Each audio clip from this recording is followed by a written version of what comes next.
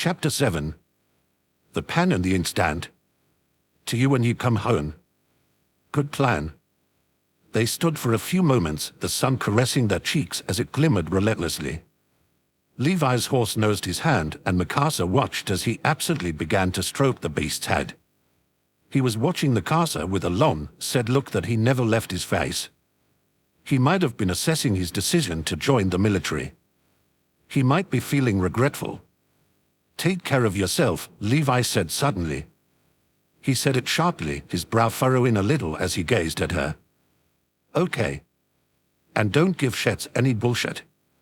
Levi's eyes narrowed a little, and Mikasa stared up at him impassively. Was he serious? Don't be me, okay? It's pretty damn nice of her to take you in like this. Mikasa didn't answer. Mostly because the first words to graze her tongue were, well, if you weren't leaving, then she'd have no reason to take me in. But of course, she said nothing. She merely stared up at Levi, her lips pressing thinly together. The sun trickled down her cheek, burning her skin and glistening against the corner of her lips. It was bursting with light, blinding and hot and fading fast. Levi's thumb pressed against her cheek, calloused and cold, and she closed her eyes as he smeared stardust across her sun-kissed cheek. Do you hate me? Levi asked quietly. Mikasa couldn't answer this time. She couldn't open her eyes. She couldn't breathe.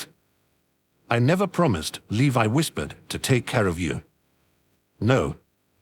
Mikasa's voice was clipped and cold. It hurt her throat to talk. You didn't. Sir. His thumb brushed against the liquid sunlight, and it glimmered against his skin. Do you hate me for leaving you? She took a deep breath, and it tasted like fire creeping across her tongue. No, Levi, she said softly. I don't hate you. He tilted his head to the side, and Mikasa thought she saw the ghost of a smile twitching against the corners of his lips. He let his hand fall back to his side, and there were a few moments of them simply watching each other. There was a prayer on her lips. A plea to no one. There was sunshine glinting inside her eyes as he touched her hair. Bye, Mikasa, he said. He looked sad and soft and broken. She took his hand, which rested on her head, and she gripped it tightly. Goodbye, Levi, she murmured. It took 5 more minutes for him to climb onto his horse. He did not turn or wave back to her or even acknowledge her presence beyond that point. And she was left to watch his back as it faded amongst pulling yellow sunlight and glossed over buildings. She held the fairy tales to her chest, and she kissed them with sunburned lips as fiery tears came flooding against her cheeks, splashing to her mouth. Greta Shetz left her alone until minutes and minutes and minutes ticked by, and there was nothing left to stare at but an empty road. The woman stood behind her, never touching her and never speaking. Mikasa thought, this is the end of the world all over again. And she stood, helpless to nature, as she was left behind and lost amongst the bleeding sunshine. Mikasa, Shetz said softly. We should go now.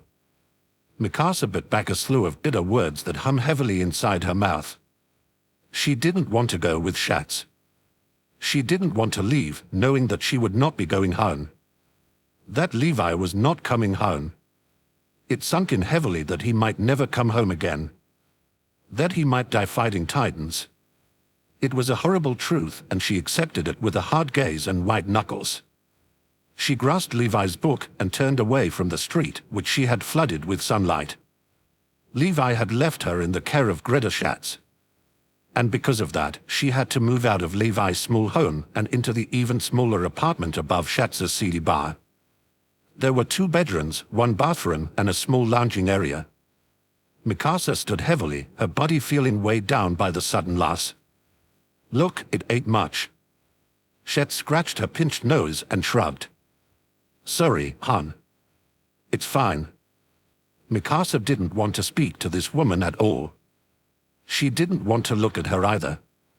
She merely stared at her suitcase in the woman's grasp and swallowed a swear. Levi had wanted her to be good. She had to be good, right? This is your room, Shetz said, leading Mikasa into a small bedroom. It was even smaller than the one she'd been sleeping in before, with nothing but a bed and a small wooden wardrobe. The room had an air of desolation to it. It seemed lonely and dusty, unused and forgotten. Mikasa entered the room and sat down on the bed, folding her hands in her lap as she looked around. She noticed there were gouges on the face of the wooden wardrobe. Scratches marred its one surface, dents and nicks and lacerations. "Thank you," Mikasa said in an empty voice. "Yeah." Shetz pressed her lips together and glanced away from Mikasa's face awkwardly. She drummed her fingers against the door frame. It used to be Levi's. That caught her attention. "What?" she asked, turning her head toward the woman. She poked up and leaned forward eagerly. "Levi lived here." Shetz looked a little surprised. "Well, yeah," she said. "Didn't he tell you?" "He lived with me after the orphanage arc closed." "No," Mikasa said, staring at Shetz with wide eyes. She turned back to the beaten wardrobe and she twisted her red sleeve around her hand anxiously. "No, he never told me that." She looked down at the bed, which was small and plain and pressed against a wall. If Mikasa squinted, she could see gouges in the wall just above the bed as well. "He said you came from the same orphanage." "Yep." Shetz gave a lazy shrug. "Nothing special. We didn't even talk that much when we were there together. He was like 6 or something when I got a job and moved out on my own." "So how did he end up here?" Mikasa looked around the little room and she tried to imagine Levi living in it. A younger Levi. It was very hard to picture, and her brow furrowed in concentration and confusion. Shetz whistled lowly and she rocked back and forth in the doorway. Sweetheart," Shetz said. "I dunno if that's something you wanna hear." "I do." She tucked a dark strand of hair behind her ear and she stood. "I want to know." "Well, Shetz looked down at Mikasa and seemed to weigh her words carefully. "Well, I ended up being the closest thing he had to kin after the orphanage closed." "Yeah." "Oh." Mikasa knew that there was more to the story than that. But then, she didn't trust Shetz like Levi did. "Why did the orphanage close?" Shetz stared at Mikasa's face, her own freckled features going steely. "Not enough kids," Shetz said. Mikasa couldn't even tell if it was a lie or not. It made her angry, and so she spun away from Shetz, staring at the wardrobe with a degree of disdain. "Well, I'm going to get back to work." "You'll be okay up here by yourself, right?" "Yeah." Her voice was blunt and low and cold. She didn't want to speak to Shetz anymore. "'Kay." Shetz rocked back and forth once more, before giving a little wave. "See you, then, Mikasa." "Bye, Shetz," Mikasa said phlegmatically. That caused the woman to pause.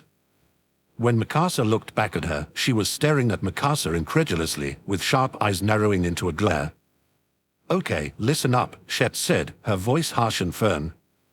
"You don't call me Shetz, got it? You call me Greta. Levi calls me Shetz because he used to think it was an insult or something stupid like that."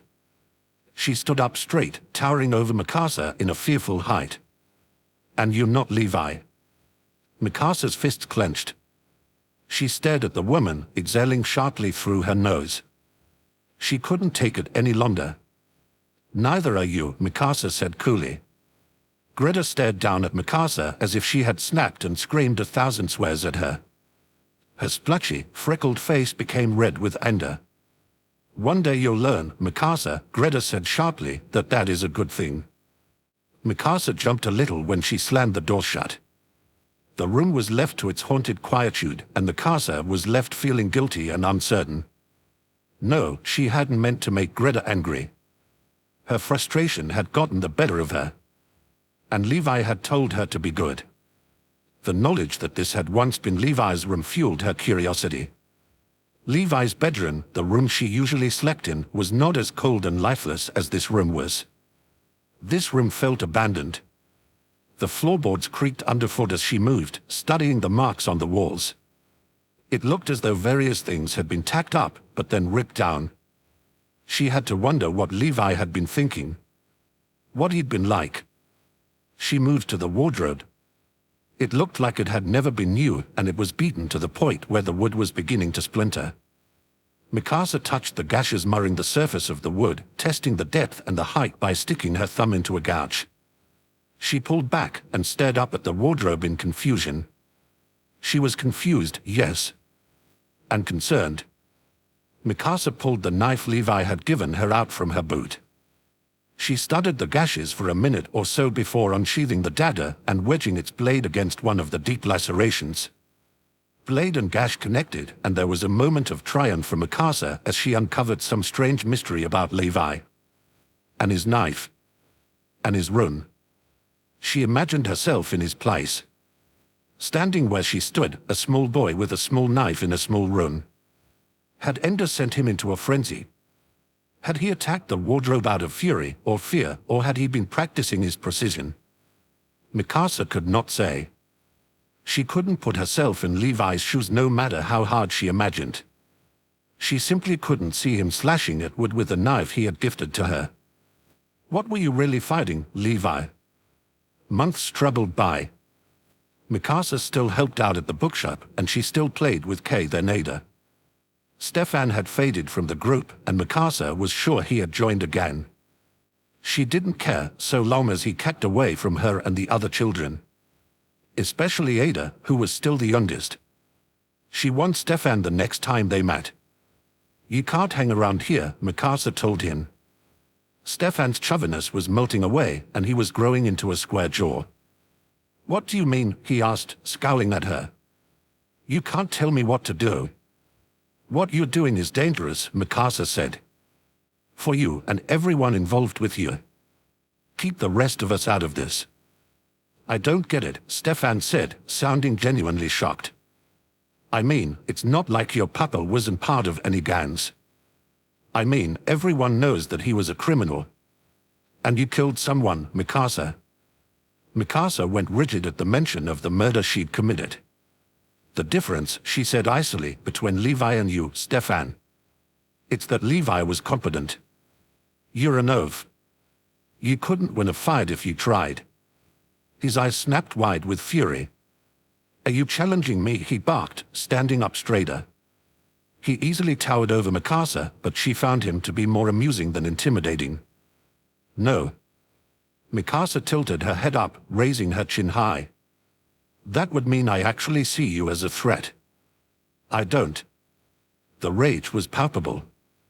She watched as he took a swing at her, and she dodged it with a great amount of ease, her own balled fist smashing into his ribs and sent him flying out of the alley they'd been talking in and into the street. She watched him tumble and flip over himself, blood smeared against his lips as he clutched his chest in pain. Mikasa stepped out into the road, ignoring the stares the other children gave her. She stood over Stefan with a bland expression, her eyes hollow as she gazed at him. "Hey," she said, "Stefan. Fuck you."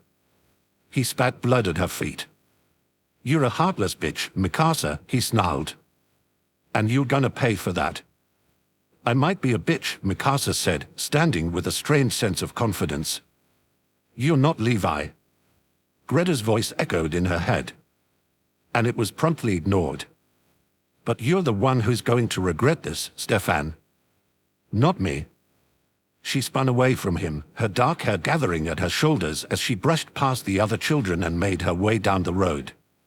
She had no time or energy to worry about scum like Stefan. All of her concern rested on Levi. All of her energy went into keeping herself busy enough to not think about him. She didn't want to be consumed by her fear of what could be. "Mikasa," Greta said one day when Mikasa had walked into the tavern. She'd been at the bookshop, and she only reappeared now because Miss Ludder had heard her stomach growling. Mikasa hopped up onto a bar stool beside an elder man, swerving from side to side pensively. She decided to ignore Greta and continue to spin the stool until the woman slapped something down in front of her. It was an envelope. Mikasa stared at it for a moment, squinting at the lettering beneath Greta's hand. "If you actually listened," Greta said briskly, not moving her palm from the envelope, "then maybe you'd have bothered to look at the mail this morning." Mikasa was stunned. "This is for me?" she asked faintly. Then she jumped, grasping the corners of the envelope. You didn't tell me that. Yeah, I did. Greta scowled and lifted her hand.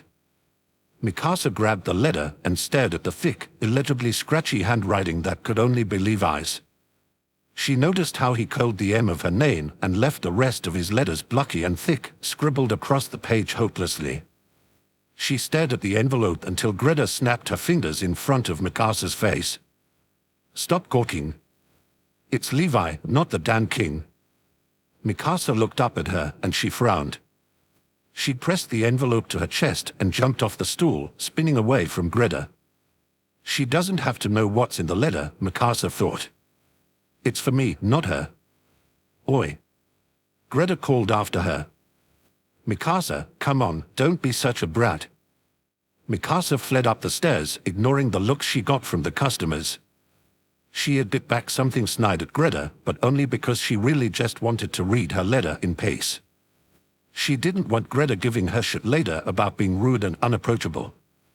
Well, Greta, Mikasa thought grumpily, maybe I just don't want to talk to you. She opened the envelope carefully, sliding the letter out onto her lap as she sat down on her bed. She smoothed it out against her knee and squinted through Levi's near incomprehensible writing. Mikasa knew her writing wasn't immaculate by any means, but she had always expected Levi's hand to be steady and clear. Broad cursive strokes, perfect and evenly spaced. Mikasa noticed how heavy his letters were and how squished together the words seemed to be. Letters blurred together, ink bleeding. After reading the letter a few times, she sat on her bed and stared at the beaten wardrobe across from her. She reread the letter again. She soaked in every word and smiled to herself. He'd written. It was short, informal, and awkward, but he had done it. It was all she could ask for. And it made her so inexplicably happy and so inexplicably sad. But she had no idea how to convey these emotions into words. So instead, she read over Levi's letter again and again until the ink stained her eyes. Mikasa. I told you I was going to write. So I'm writing. Happy. I'm fine. Don't bother to ask in your reply, because I'll be fine the next time I write to. Things are fine. Be good. Levi. She couldn't blame him for writing such a short letter. Her own reply was just as short and just as awkward and clipped. She simply couldn't write down her feelings. How could she explain to Levi with ink and paper how hollow she felt? How could she explain how desperately sad she was, how much she missed him? How could she beg him to come home when she was well aware that it was impossible? Mikasa stuck the letter in the book of fairy tales and she lay down on her bed with her hair flaring out around her head, tickling her cheeks. She hugged the book to her chest, staring at the ceiling as she thought about what she wanted to tell Levi. There were so many things and so little, and she couldn't grasp the words. Levi, she thought, Shet's told me to call her Greta. She tells me I'm just like you all the time. A few weeks ago I got into a fight with Stefan. Remember him? He was my friend, but I cast him out because he joined a gang. Is that wrong? I trusted you, knowing what you did for work. Levi, come home, please, I can't stand it here. Please come home. None of that made it on paper. The winter came and went, leaving Mikasa with another year on her shoulders. Levi continued to write her on a semi-regular basis. In a last letter, Mikasa had asked if Levi had made any friends in training. His next letter went like this. Mikasa, I wouldn't use the word friend. But I've gained an ally or two, which is more than I could ask for, I guess. If you've gotten sick again, tell me. Happy birthday, by the way. Sorry about the present. Levi. Inside the envelope was a piece of cloth. Mikasa tugged it out, noting that it was a folded white square. She unfolded it carefully, treating it as delicately as she would a dead leaf. She stared at the white cloth for a long time. It was very small, and it looked as though it had been an unused handkerchief before someone had attacked at it with a needle and thread. The embroidery was makeshift and awkward, uneven stitches running rampant across the white square. And it was inexplicably beautiful. She wore it around her neck. When Greta had asked about it, Mikasa had merely covered her mouth with the folds of the bandana, shrugging her shoulders. Levi made it.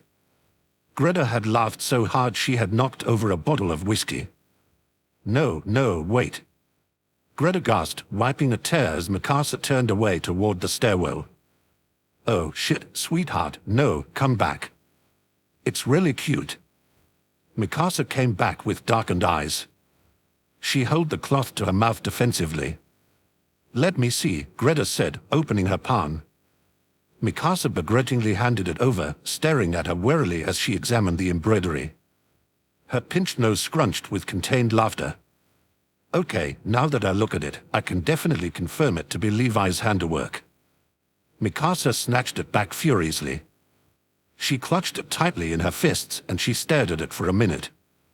I think it's lovely, Mikasa informed Greta.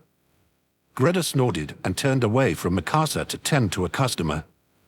Yeah, okay, hun. Mikasa gritted her teeth in frustration. Bitch, Mikasa hissed, whirling away. Greta had heard her. What did you just call me? She called back, a cheeky grin plastered on her face. Mikasa's cheeks stung with embarrassment and she fled upstairs in a hurry. As the afternoons grew hotter, Mikasa was forced to retire the faithful red dress Levi had given her. The dress hem flooded above her knees and its sleeves were caught at her elbows. Letting it go had been hard, but she had eventually accepted the cotton shirt and long black skirt that Greta had forced into her arms one evening. Mikasa had also been given a lovely little talk that evening about birds and bees. And Mikasa's only thought afterward was, oh, so that's where babies come from. One sweltering summer afternoon had Mikasa sprawled across the floor of Miss Lodder's bookshop, her hair and skirt splayed around her in inky dark pools. She was swimming in blackness and dust, with a book of fairy tales resting against her breast and her eyes closed against the world. Mikasa had long since finished her shift at the store, but she had no desire to return to the tavern. Living with Greta wasn't so bad anymore, but Mikasa still preferred to keep herself busy. At least in the bookstore she could never be bored. Mikasa, Miss Lodder said, stepping over her sprawled body as she reached for a shelf. If you're going to sleep, sleep in the back. Millimeter. Mikasa opened her eyes, staring up at the ceiling sadly. Her skirt was sticking to the back of her thighs. She had been thinking about Levi again and wondering how training was treating him. She wondered, as she tended to, why he had joined the military in the first place. Hey, Levi, she thought, sitting up and stretching her arms above her head. Sunset burnt shadowy holes into the wooden floor around her, and across the front of the store yellow light danced with fiery vigor against dust and yellowed pages. Trust can only go so far. And I can't trust you if you keep the truth from me. Mikasa touched the ribbon in her hair, her fingers tickling against the red bow. She trusted Levi with all her heart and soul, but she couldn't fathom why he had not told her this one thing. This one excruciatingly important detail. Couldn't he see how much she needed to know? Mikasa jumped to her feet, her book dropping to the floor as the sound of glass shattering ricocheted across the room. A mighty crash of solid bricks smashing into wood awoke her from her daze, and she grasped Miss Lodder's arms as the woman nearly stumbled to her knees in absolute shock. She held the woman for a moment, staring into her steely eyes worriedly. Miss Lodder? Mikasa asked gently. She followed the woman's gaze to the brick lying on the wooden floor, pressing against a layer of shattered glass. Mikasa's eyes narrowed. Stay here, Miss Lodder. I can handle this. She pushed away from the woman, rushing out into the open. The window had a gaping hole in it, jagged teeth of glass glinting against the setting sun. Mikasa's body tensed up in rage. Through the glare of sunlight that breathed into the musty store, she could see the hazy silhouettes of running figures across the street. Mikasa stepped across the floor, bits of glass crunching softly under her boots. She reached up, hefting herself onto the windowsill and swinging her body so expertly maneuvered through the chasm of broken glass. Her boots slammed against the road, and she tossed her hair behind her shoulder. She squinted into the sunlight, her body curling in apprehension as she watched the figures bolt down the road. She took a deep breath and let herself go running. She had already rolled her sleeves up above her elbows, white cotton crinkling against her skin as she streaked against the wind, a black and white blur in a sea of yellow and orange and red burnt streaks. She jumped up, catching a pipe and scaling up onto a roof. The shingles shuddered as she leapt across the slanting surface, rage fueling her movements. She flung herself from rooftop to rooftop until she had sped for ahead of the black silhouettes she'd been pursuing. She stood up on the roof, her body defying the slighting gravity, and wind kissed her cheeks, toying with the fabric of her skirt and the strands of her hair. "Hey," Mikasa called, her fingers balling into fists as the gang of teenagers passed. They all froze to look up at her, skidding to a stop. She recognized Stefan's face in the half-dozen. "What are you assholes running from?" She watched them exchange looks. A boy with greasy hair stepped up, raising his head high. "Who the fuck are you?" he bellowed up at her. "That's Mikasa," Stefan whispered, watching Mikasa warily. "Oh," the gang crooned. Mikasa's face remained steely, but she was growing angrier and angrier as the seconds ticked past. "So you're the slut who punched Steffi here?" Mikasa jumped down from the rooftop, landing easily on her feet. Her body was rigid in rage and disgust. "Did you throw the brick into Miss Lodder's store?"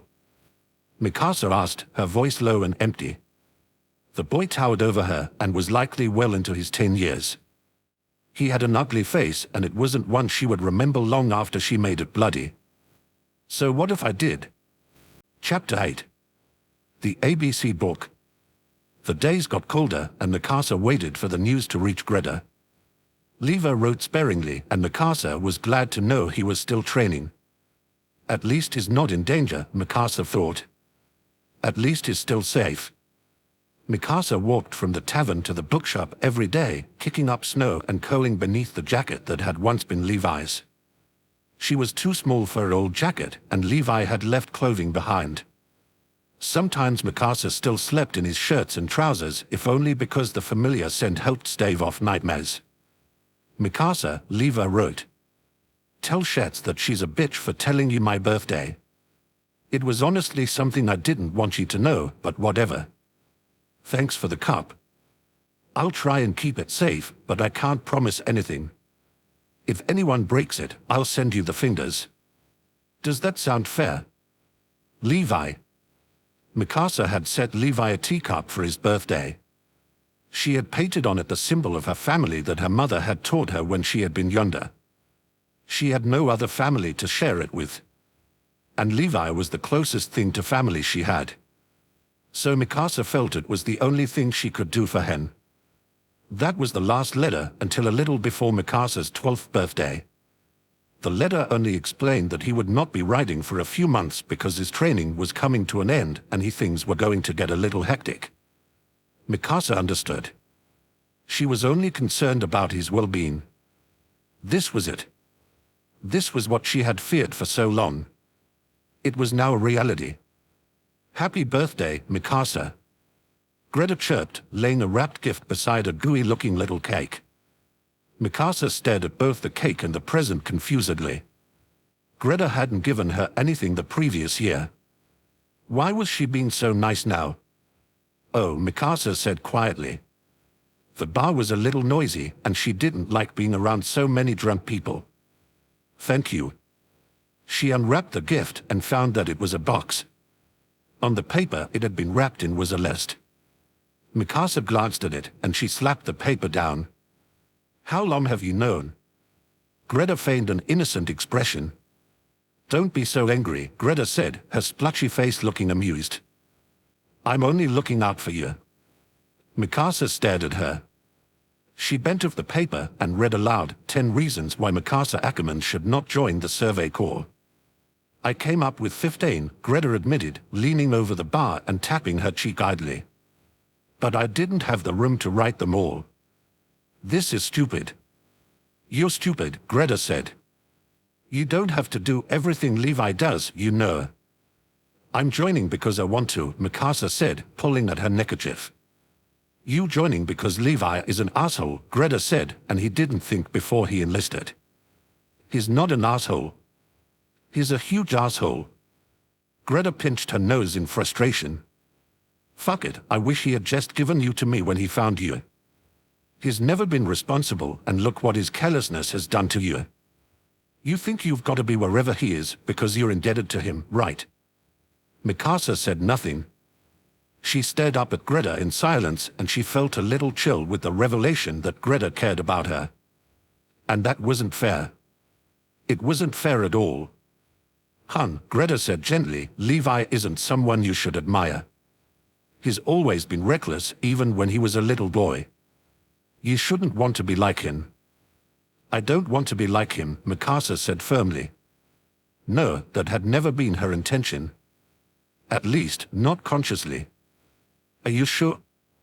Greta asked, her sharp blue eyes widening. Because you're exactly like him to the point where I have to wonder if you aren't related. Mikasa flushed, pressing her neckerchief to her nose. She had never thought about it before, but were they really so alike? No, Mikasa said. We are not related. You even kinda look alike, Greta said softly, staring at Mikasa's face. Mikasa sat frozen as the woman reached and tapped a lock of hair behind her ear. You have the same look in your eyes. Like you simultaneously want to murder everyone and crawl into bed and never leave. I don't look like that. Yeah, hun, Greta laughed. You do. Mikasa stared up at the woman and she looked back down at the paper. Number 7, Mikasa read, the military doesn't need another Levi. That is a true fact, Greta said, waving at a man who sat farther down the bar. She began to pour a drink, never looking away from Mikasa. This is stupid, Mikasa repeated, pushing the paper away. I'm not Levi and I am joining the Survey Corps. Look, Greta said, setting a glass in front of the man down the bar. Fine, join the military. Do something constructive with your life. But, Mikasa, please. Don't join the Survey Corps. Mikasa felt Greta's words hit her hard. She watched the woman for a long time, ice slithering down her spine as she recalled Levi's hands on hers and her own helpless voice. Levi, you don't have to join the Survey Corps. You can join the military police or the garrison. It was very hard now, knowing how he had felt. Had he faltered? Had he been scared to leave too? Had he even cared at all? The only thing Mikasa could do was the one thing Levi hadn't. I'm sorry, Mikasa said gently. This is something I have to do, Greta. Greta watched her, and a lazy smile came to her lips. You're a weird kid, Mikasa, Greta said in an equally gentle voice. Just think about it, okay? There was nothing to think about. She hadn't the luxury of a decision. She had been destined to this hell, and she knew that nothing anyone could say would sway her. It wasn't just a debt that had her shackled and paraded to the inevitable doom she would face with the Survey Corps. It was an unyielding sense of loyalty that had her clinging to Levi's side. She needed to keep holding his hand, or else she knew she would be lost. Okay, Greta, Mikasa lied. I'll think about it.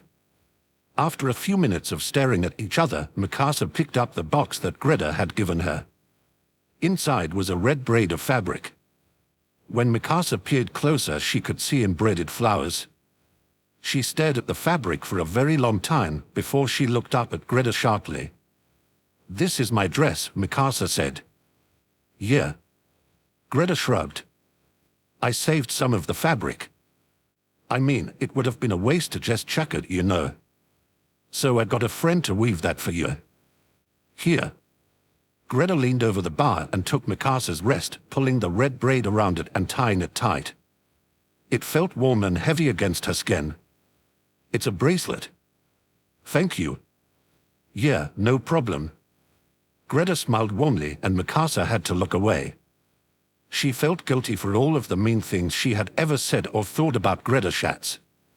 She had a far greater capacity for kindness than Mikasa had ever imagined. So, the big one too, huh? You wanna hear a funny story about Levi when he was 12? Mikasa perked up at that. Yes, she said immediately. Greta grinned toothily in response. Okay, hon, Greta said, so you know how Levi is pretty much the most awkward thing to grace the planet. No. Greta stared at her. And then she sighed. Well, he is, she said. But he wasn't always like that. When he was little, he was actually pretty talkative. He started closing up when he was around 13. But by then he didn't really want anything to do with me. Greta smiled faintly, and Mikasa saw her sharp eyes go a little distant. She wondered if Greta was sad about how her relationship with Levi turned out. Does Levi write you? Mikasa asked suddenly. Greta cocked a brow. What? She asked, blinking fast. No. Never. But anyway, so when Levi turned 12 he went way out of his way to avoid me. He got up early and snuck out of the house, and when I went to check on him in the morning he was gone. So obviously I freaked out. Greta studied Mikasa's face for a moment, and she jerked a finger at her. Don't you get any ideas? You don't want to see me panic, sweetheart, it's not pretty. Okay, Mikasa said weakly. Okay, Greta said, waving offhandedly to a customer leaving. So I went to look for him, and of course I didn't find him, because it's impossible. I honestly still don't know where he went. But I got an MP to start looking for him, and I told the MP that it was Levi's birthday and what he looked like, and then to pretend to arrest him if he found him. Greta burst out laughing, slapping her palm against the bar hysterically. Mikasa stared at her, and she had to wonder if Greta had been drinking. No wonder Levi thinks you're a bitch, Mikasa said vacantly. It's funny, Greta said, because the only time he ever got arrested had been a jerk. She smiled in disbelief. All the awful things that stupid boy has done, and I got him arrested once for running away on his birthday. It's pretty messed up. Maybe. Mikasa said, pressing her lips together. Was he angry at you for that?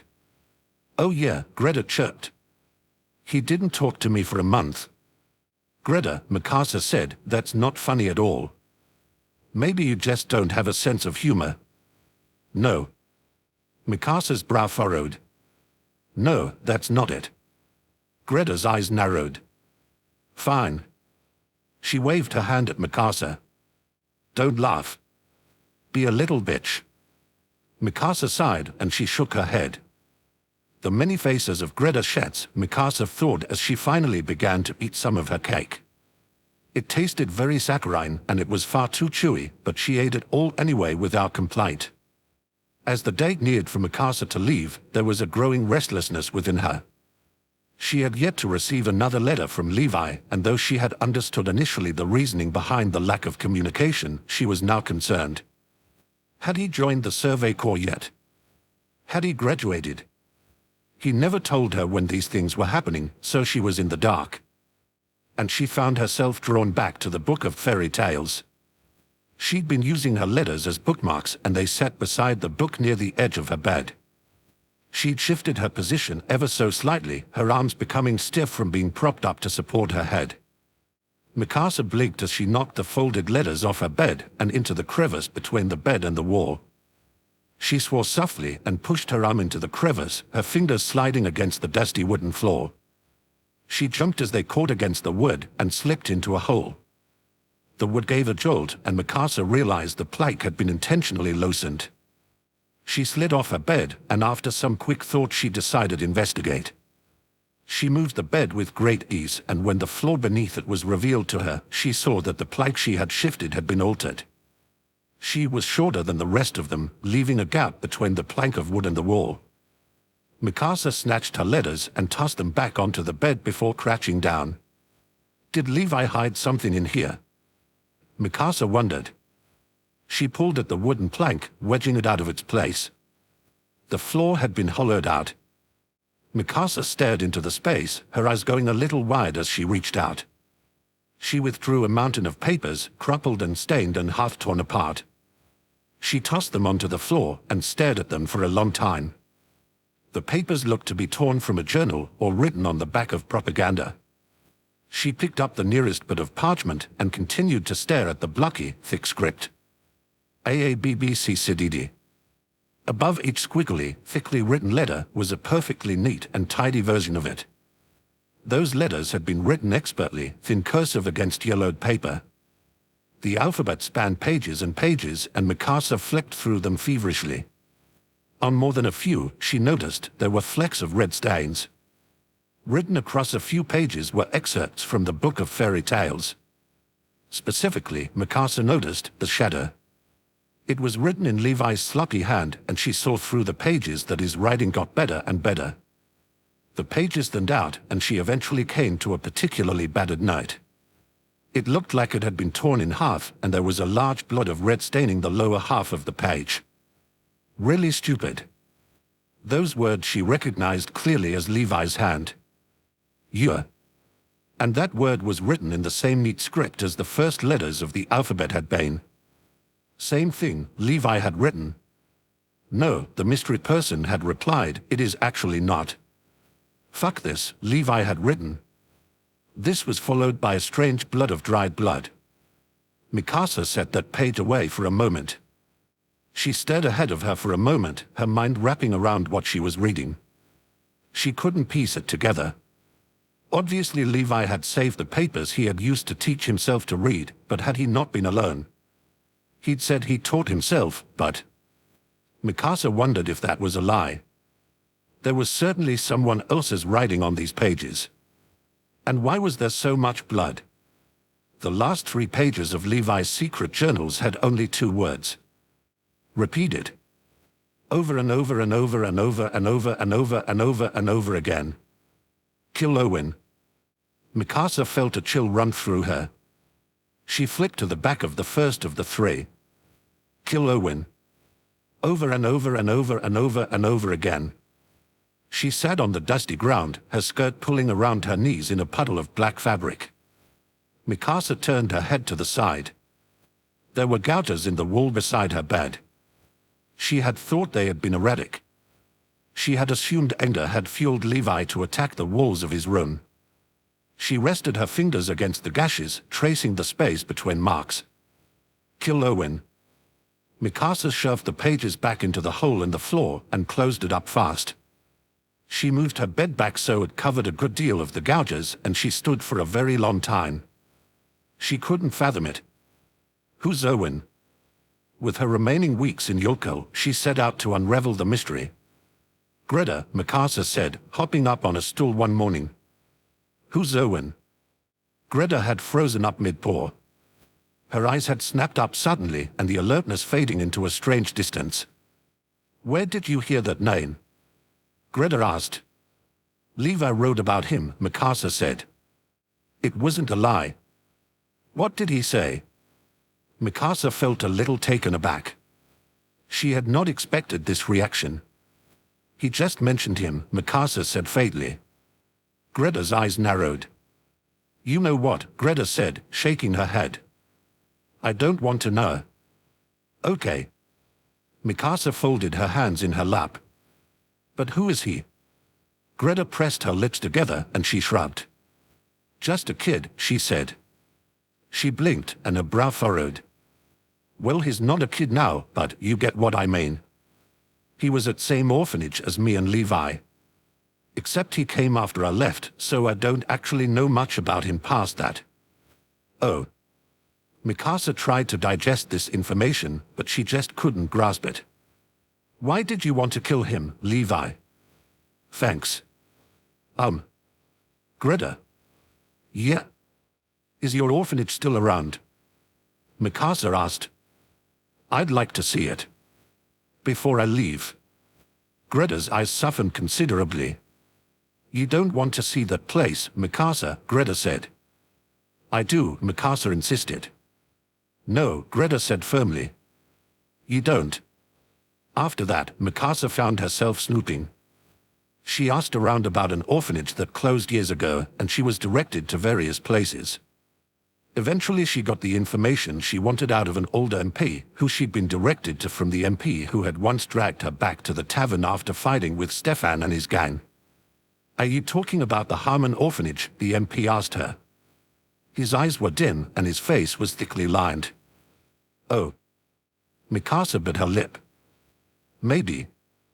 Greta Schatz was from this orphanage, if you know her. The man grimaced and Mikasa felt her nerves tingle. This was it. She could tell this was it. Greta, yeah, the man said. She took in the kid, didn't she? He scratched his head. It was a really long time ago. Why do you want to know, girl? My papa is from that orphanage, Mikasa said, staring up at the man. He's the boy Greta took in. But he never told me why the orphanage closed. The man looked away. Well, said the man darkly, he wouldn't, would he? Bad memories are hard to bring up. I don't like thinking about it either. What happened? Mikasa asked, pushing at the subject desperately. Did it have anything to do with a boy named Erwin? The man could only blink. And then he sighed, and he rubbed his head in irritation. If I tell you, he said snappily, will you leave me alone about it? Yes, Mikasa said immediately. Then yes. The MP waved her off, and he turned away. Owen Smith was the only other survivor. Mikasa nearly snatched him by the back of his jacket and dragged him back. Survivor, Mikasa said, her belly turning to water in the cold revelation. Hadn't there been blood on those papers? The day before she was set to leave, she finally set out to Harmon's orphanage. She'd been intentionally avoiding the place on account of, well, she wasn't certain if she actually wanted to know. But she found herself wandering into the abandoned building on a stark spring afternoon, sneaking in through a busted window after finding the front door locked. The floor beneath her was covered with layers of debris, and the air was stale and musty. The paint on the walls was peeling, and there was a table turned on its side. Broken chairs littered the room, lying uselessly without limbs to carry them. This is where Levi grew up, Mikasa thought, wandering around the room. Debris crunched underfoot, and Mikasa brought her neckerchief up to her nose. There was a disquieting feeling to being here. It was like something was latching onto her back, and she couldn't shake the feeling that she was being followed by 1,000 pairs of eyes. This feeling followed her into a long hall of a bedroom, and overturned bed frames had her standing stolidly in the doorway. There were a lot of beds. A lot of children. Only 2 survivors, Mikasa recalled, walking through the room of ghost beds. Levi and Owen Smith. Mikasa had come to see if she could find out anything more about Levi's tumultuous childhood. But all she saw was a gathering of sad little ghosts lying to the bare skeletons of rusted beds. She didn't want to be here anymore. It made her sick to her stomach, and she had no idea what had happened. Had it been Owen Smith who had caused the catastrophe, whatever it had been? Was that why Levi was so hell-bent on killing him? In truth, Mikasa didn't know if she cared. At this point, her mind was drifting to the inevitable change to come in the next days of her life.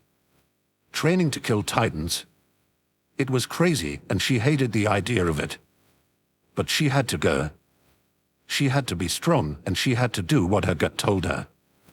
Mikasa found herself crouching in a corner that overlooked the room, and she stared ahead of her as she imagined a smaller Levi crouching beside her. She imagined that he was bold as a child. She imagined a boy who was quick to smile and quick to fight. And she imagined a boy who could laugh freely without any burden holding him to the ground. She wished she could meet that boy. She wished she could be that boy. But instead, she was Mikasa Ackerman. And she now it was her turn to be the protector. Chapter 9. The Shadow. Levi was not surprised to find that training came easy to him. He was not surprised at how quickly his instructors took notice to him, nor was he surprised how fast rumors about him came fluttering out of the mouths of his peers. The trainees he was surrounded by were around his own age, and yet they acted more juvenile than teenagers.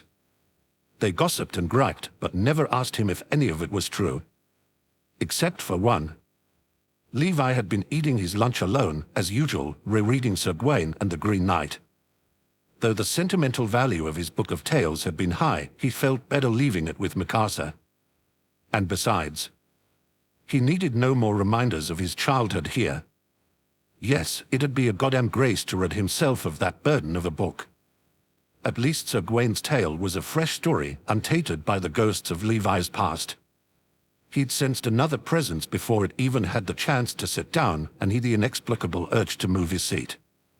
He was only a few weeks into his training, and he had already taken to lurking about quietly, hoping to remain unnoticed as best he could. It would make things easier later on. And at first, it had worked. His aloof nature had thrown people off, and those who dared to approach him got a good taste of his uncouth nature. The decision to ignore whoever had sat down across from him did not work out. He found himself meeting the glowing brown eyes of a long-faced woman.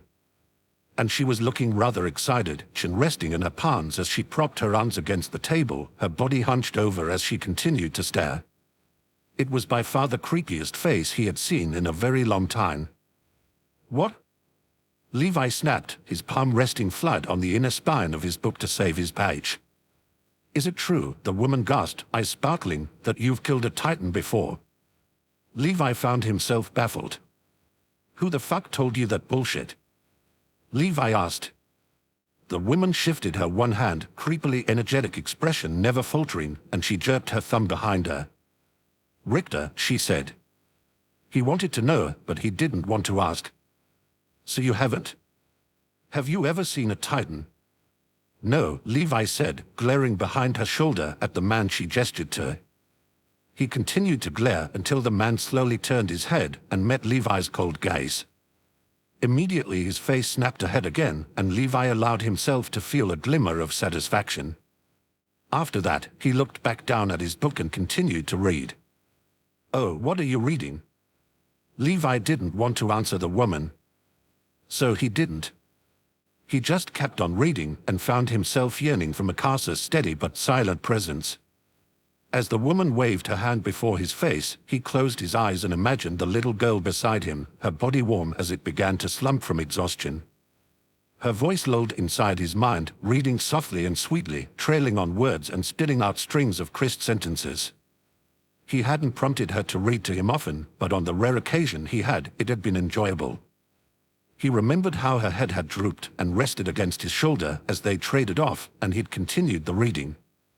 He began to mouth the words subconsciously. What was that? Levi was dragged out of his reverie by the woman's voice. It was a very low voice full of life and wonder and excitement. She either didn't get how much he didn't care to talk to her, or she didn't care.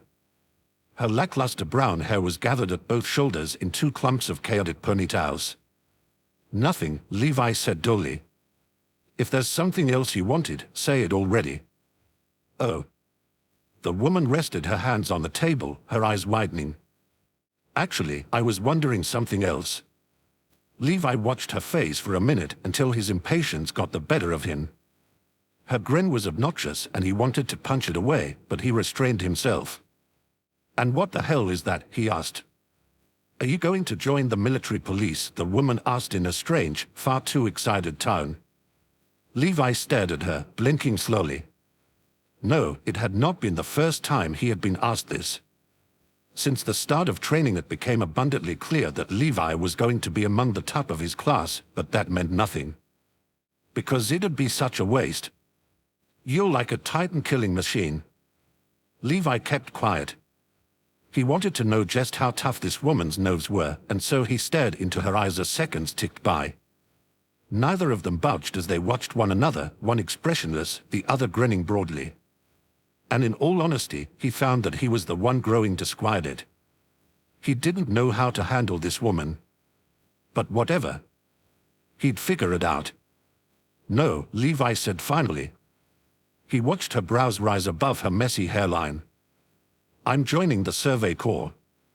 Her shriek of excitement was so shrill that he had to bow his head to hide a wince. So am I, the woman cried, grinning from ear to ear. This is great. I haven't met anyone who is joining the Survey Corps yet. She quieted down, her smile dulling into something wan and small. I guess everyone is just too scared or something. And you aren't? Levi found himself asking. She shrugged, her eyes resting on his book. Well, she said, of course I am, but that's not going to stop me. Anyways, can I see your book? Pretty please. She was reaching for it, her fingers curling against the air desperately. Levi found himself bringing the book closer to him defensively. No, he said immediately. Or, the woman said, giving a short pout. Okay, then. Oh, hey, I'm Zoe Hanch, by the way. Okay. Levi had already gone back to reading, and in all honesty he wouldn't remember her first name the next time they met. That was a fact. Hey. A body came collapsing beside his while he wrote a letter against his knee on a bench. He looked up, staring ahead of him for a long moment. Cold horror filled him. Does this bitch not get the hint? It seemed to him that the woman was oblivious to sense. So instead of reply, he merely looked back down at his letter and continued to write as if she had never sat down. Oh, is this a letter? Ignoring her proved to end badly. He hadn't even realized that she'd been talking about the letter from the casa he had wedged into the book beside him. He glanced at the woman, and his eyes widened momentarily before he snatched the letter back and smacked the woman across the back of her head with it. He wished desperately that it had been something heavier. Sorry, said the woman. Hanch? He couldn't remember. She smiled weakly and scratched her head. I'm just naturally curious, I can't help it. So, Mikasa Ackerman. Your daughter? Levi said nothing. He looked down at his letter and he shoved Mikasa's letter back between the pages of his book. He began to write again, his shoulders squaring and his knuckles going white as they clenched around his pen. His replies to Mikasa were very short, but he wrote as best he could. He just hoped that she took them to heart. Don't touch anything that's mine again, Levi said in a low voice. Hear me? Hanch blinked at him and then she gave a lofty smile. Yeah, sure, she laughed, waving her hands. My bad. I'll keep my sticky fingers to myself. Levi glared ahead of him. Why wouldn't she just shut up already? He wanted to snap at her, to punch her from here to Kingdom Come, but he didn't. Because Hanch hadn't done anything wrong, and she seemed genuinely sorry. So Levi gritted his teeth, and he endured Hanch's senseless chattering. Winter came abruptly. Training grounds were coated with a thin layer of snow, and Levi found himself scooping up a handful and staring at it for a long while. It was wet and frigid, biting into his skin with tiny crystal teeth. It melted sadly, drooping into red fingers, and he thought about Mikasa Ackerman and his own hazy childhood. Bare feet and cold streets, breath misting against the night air as a way fought against winter and sickness and grief. What a terrible child he had been. He dropped the snow as a blur of white whizzed past his head, grazing his hair. He jerked to the side at the last moment and watched as a snowball collapsed against the wall of the mess hall. He whirled around, limp and powdery snow spitting into the air as his eyes fell upon Hanch's bright face. Her pigtails bounced about her shoulders and she waved excitedly. Woohoo! Hanch cried, waddling her fingers. Come on, Ackerman. I bet I can hit you. I doubt it, Levi retorted. He wrinkled his nose at the thought of being hit with the murky gray slush. He dodged her next hurl and shook his head when she missed him again. How do you expect to kill a titan if you can't even hit a human? Hanch gave a sad little frown. Oh, she whined, tossing a little ball of slushy snow from hand to hand. Don't you have a heart beneath all that pouting, Levi? I don't pout. Hanch gave a sharp laugh and she flung her snowball. It missed him again, but only barely. You pout when you read your letters, Hanch said brightly. You're shitting me. Nope. Hanch smiled at him warmly. By the way, I think you have a new one waiting in the lounge. Levi stared at her for a few moments before he turned around and headed down the snow-blanketed path. Hanch called after him, but he ignored her in favor of retrieving his letter. In truth, Hanch wasn't as annoying as he'd initially perceived. She was, in fact, very intelligent and witty when she calmed the fuck down long enough to coherently converse. He found an envelope waiting for him with the name Levi Ackerman stabbed over Mikasa's short, neat script of even letters that slanted every so slightly. He had given Mikasa's surname as his own when he had enlisted, but he was very certain that Mikasa had no knowledge of this. After all, she wrote only his first name when addressing him in posts, and in return he only wrote his first name when sending them out. He wasn't sure if he wanted her to know just yet that he had adopted her name. Levi. I haven't gotten into any trouble. I said I'd be good, didn't I? It's been snowing here, which isn't a huge bother. I like this time of year. The cold is familiar. Are you making any new friends with the other recruits? Mikasa? As usual after a letter from Mikasa, Levi found himself taking days and days to mull over what to reply. He sat with the letter always at his side, with words flooding his brain and drafts crumpling up inside his anxious fingers. Levi was not an articulate creature.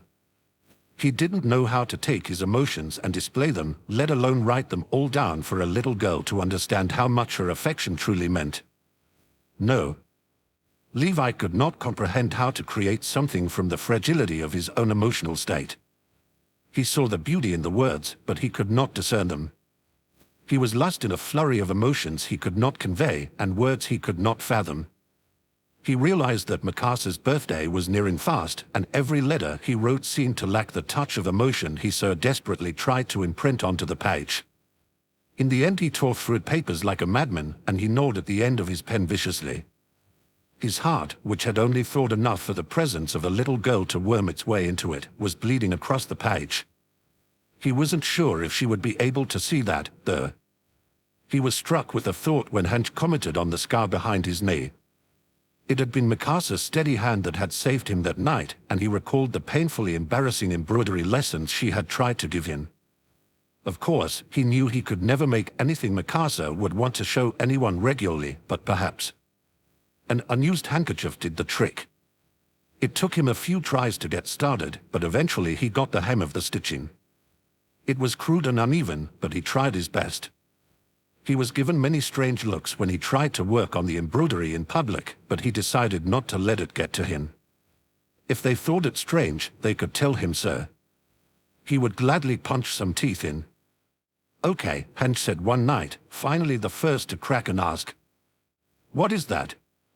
"This?" Levi was sitting on the roof, as he tended to do on clear nights. He'd been careful to choose the roof with the least icy patches, and it seemed Hanch had caught onto his habit.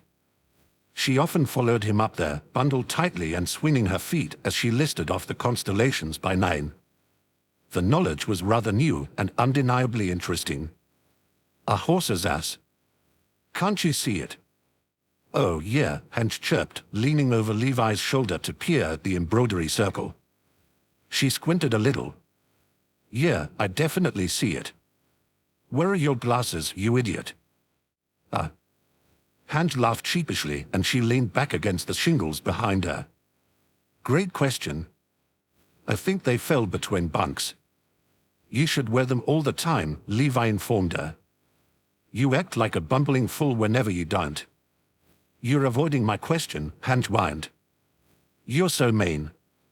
"It was a stupid question," Levi said. "What the fuck does it look like I'm doing?" "Okay, fine," Hanch said.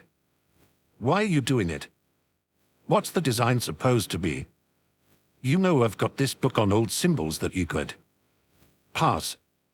As Hanch rocked to and fro beside him, watching as his fingers nimbly threaded through the light fabric. The night was cold, and there was frost gathering against their jackets. Levi had yet to be caught on the rooftops, so he wasn't sure what kind of punishment would be dealt out. "It's Mikasa," Hanch said suddenly. Her voice was softer than its usual excited tone, drifting against the chilly winter winds. Levi stared at the fabric in his hands, never faltering. "Isn't it?" "I don't see how that's any of your damn business," Levi said. Hanch smiled ahead of her. Her long legs swung idly off the edge of the roof, and she carefully nudged her shoulder against his with little enough force as to not budge his hands. "You seem like a good dad." She beamed at him. It made his stomach twist uncertainly. "No." Levi yanked at the needle, and the string pulled taut. "I'm almost as shitty a father as I am a person. And a soldier." But he couldn't say the last part aloud. No one knew about the atrocities inside Levi's head. No one knew what darkness had swallowed up his heart. And no one would know. Soldiers died. Soldiers went missing. "I'm sure that's not true." Hanch folded her hands in her lap. "You're always writing to her, and you make her presents, and you treat her book like it's holy. It's so nice to see that you care about something so much." I told you, Levi said sharply. You're on. Hange stared at him. She cocked her head to the side, her smile still resting on her lips, wan as ever. But... Shut up, Levi whispered, tugging the filament of his needle taut again. Shut up, Hange, you know nothing about me. And you know even less about Mikasa. So believe me when I say that I have been the worst possible influence on that stupid little girl. I know that you care about her, Hange offered. Levi wound the thread around his knuckles and he brought the taut string to his mouth. He bit down, his teeth tearing through the filament with a startling amount of ease. It snapped cleanly and Levi was left with a makeshift embroidery and a bare needle. Wind rustled through his hair, breathing ice against his exposed skin and taunting him. If I cared about that damn girl even a little, Levi said finally, his voice colder than the frigid air that bit through their skin and lashed out at their bones, then I wouldn't have left her. You know, Hange said softly, it's easier to love someone and leave them than it is to love them and lose them. He looked up at her. Her words stung like a slap. What the fuck is that supposed to mean? He asked in a low, dull tone. It means, Hange said with a stretch of her arms, I need a drink. You want to raid the kitchen, Ackerman? You don't want to see me drunk, Levi said passively. Not true, Hange said, grinning down at him. But I'm patient. Anyways, can I tell you about this theory I found while I was researching for the exam next week? If we don't freeze to death in the process, then fine. He diddly regretted that decision when he awoke with a runny nose. Zoe Hange. Unbearably chatty and inexplicably insightful. In other words, Levi found that he loathed her in a way that made it apparent that he could never loathe her at all. The days bled into each other and Levi grew anxious. His dreams were brimming with echoes of past whispers in the dark, of knives flashing and children screaming, of a missing child and a blood-soaked vow. He held himself without a care, but his insides were running away with every listless day of training and chatting and writing to a girl who he may never see again.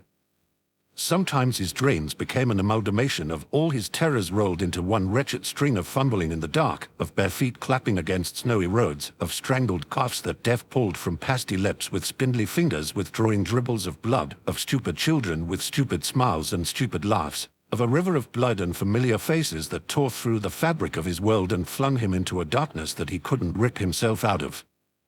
And then, he would look into that darkness and see a broken girl curled in a corner, clutching a knife with both hands and staring ahead of her as blood streaked her pale cheeks. I'm sorry, Levi would whisper as he crouched beside her. She didn't hear him. She was enwrapped in the horrors around her, and there was a taste of blood that had carved itself into her soul. The last thing I wanted is for you to become me. When Levi wasn't mulling over nightmares or missing Mikasa, he was formulating a plan. The plan was short and simple. It relied only on Levi's resilience and Owen Smith's capacity to trust. Levi knew how easy it would be to get the man alone. What the fuck? Levi wondered aloud as he pulled a teacup from a parcel addressed to him. Hange, who had been twisted in her seat to gap to someone else about her latest hypothesis. She immediately paused to glance at him, and her attention changed directions. Is that from Mikasa?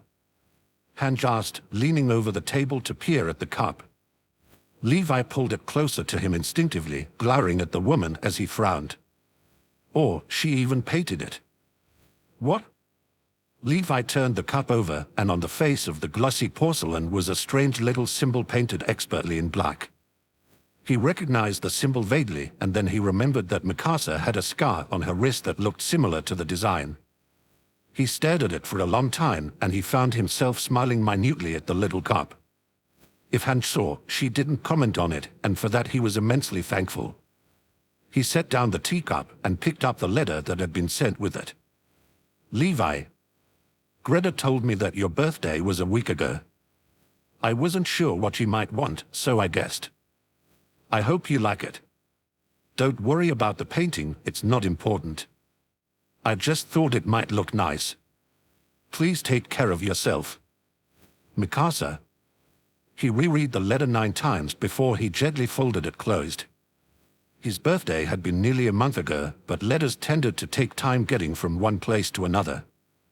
And with the parcel it had probably taken much longer. He closed his eyes, and not for the first time he wished he was different. He wished he could have brushed off the siding of Owen Smith and lived on raising Mikasa as if nothing had happened. But his nature beckoned him to exact the vengeance that was deserved. If things were different, Levi thought later that night as he reread the letter again. I could be happy with the makeshift family you gave me. But we were fucked from the moment I saved you, Mikasa. It was becoming painfully clear that Levi's attachment to Mikasa could become a problem. He needed to be ruthless, and yet he knew he was soft. She was a child with too much life left ahead of her, and he was a man whose days were numbered. He needed to put some further distance between them. At least for a little while. At least until he fulfilled his goal. So he told Mikasa he wouldn't write for a while. He did it because he knew the risks. He knew he might fail to kill Owen, and if that happened he understood the repercussions. It would be best if Mikasa had little interaction with him, if only for her sake. He didn't know how she would feel if he was caught and executed. He didn't know her feelings much at all. Levi graduated with his rank at first. Hange ranked second, which didn't stun him so much as it might have. He'd seen Hange in action, and she was far from the graceless fall he'd initially taken her for. She was very in tune with her surroundings, and she had a certainty about her movements. She grinned at him as they stood before the pulpit in wait for the commander of the Survey Corps to speak to them. This is exciting, isn't it? Hange asked, beaming ahead of her. We finally get to choose. There was never a choice, Levi said flatly. Hange smiled down at him and shook her head. Nah, she said, standing straighter as a tall man walked out onto the platform. There was definitely a choice. Levi wasn't listening to her anymore. He was focused on the man ahead, whose face was more severe than it had ever been in its youth. His face was one of a man who had seen the horrors of the world. But then, so was Levi's. Looking back, there was nothing much left of the children they had been. Levi could easily say that he had died at 11 years old. But for Owen, Levi couldn't be sure. He couldn't tell if there was any remnant of the introverted teenager that had once tried to balance several books on top of Levi's small head to test his strength and balance. Princess, the boy had teased. Levi had easily wandered around the room, navigating around beds with his head held level. Levi remembered the confusion and then the embarrassment. Fucker, he'd spat, hurling the books back at the boy's face. Levi dragged himself from his memories in time to hear Owen call for anyone without the intention to join the Survey Corps to leave. And then they left. They trailed away in waves, and for a strange stinning moment it felt like there would be no one left. But Hange was by Levi's side, standing tall and lax, and Levi could feel the presence of others as the crowd thinned out. There were still people, yes. But not enough of them to hide Levi. He met Owen's eyes without hesitation. There was clarity in the stare, careful impassiveness glowing inside his eyes. There was no question. Owen recognized him. It was clear from the way his shoulders squared, the way his brow furrowed ever so slightly. There was an ever so slight softening of hard blue eyes. Recognition stun. Here we are, Levi thought, saluting with the rest of the recruits. This is the end, Owen.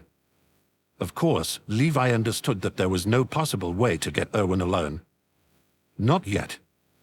He had to be patient if he wanted this to work. He had to wait until they were all in immeasurable danger, and no one would think twice if the man did not return. Yes. Levi would kill Owen on his first expedition outside the walls. And he would do it without hesitation. Wow, Hange gasped. This is exciting. Aren't you excited? Ecstatic. Levi clasped his short green cloak, and he looked up at the sky. Gray clouds tumbled past. Rain could work in his favor so much as it waited until they were outside the walls. He studied the commander's back as he spoke to one of his senior officers. What if we catch a Titan? Hange asked, clasping her hands in front of her and smiling dreamily. I mean, I don't think that's ever really been done before, right? Don't think about catching one, Levi said distantly. Just kill it. Sure, Hanj laughed, pulling her scraggling mass of brown hair into a horribly chaotic mess of a ponytail. By the way, when we get back, I'm getting you so drunk. Finish that sentence, Hanj, Levi said, turning to face the woman, and I will kick your lazy ass off your fucking horse while we're riding. We are not even stationed anywhere near each other. You think that matters? I just want to see you drunk, Hanj said, beaming down at him. Is that so wrong? It's creepy. Hanj grinned and opened her mouth to retort, but then her face fell.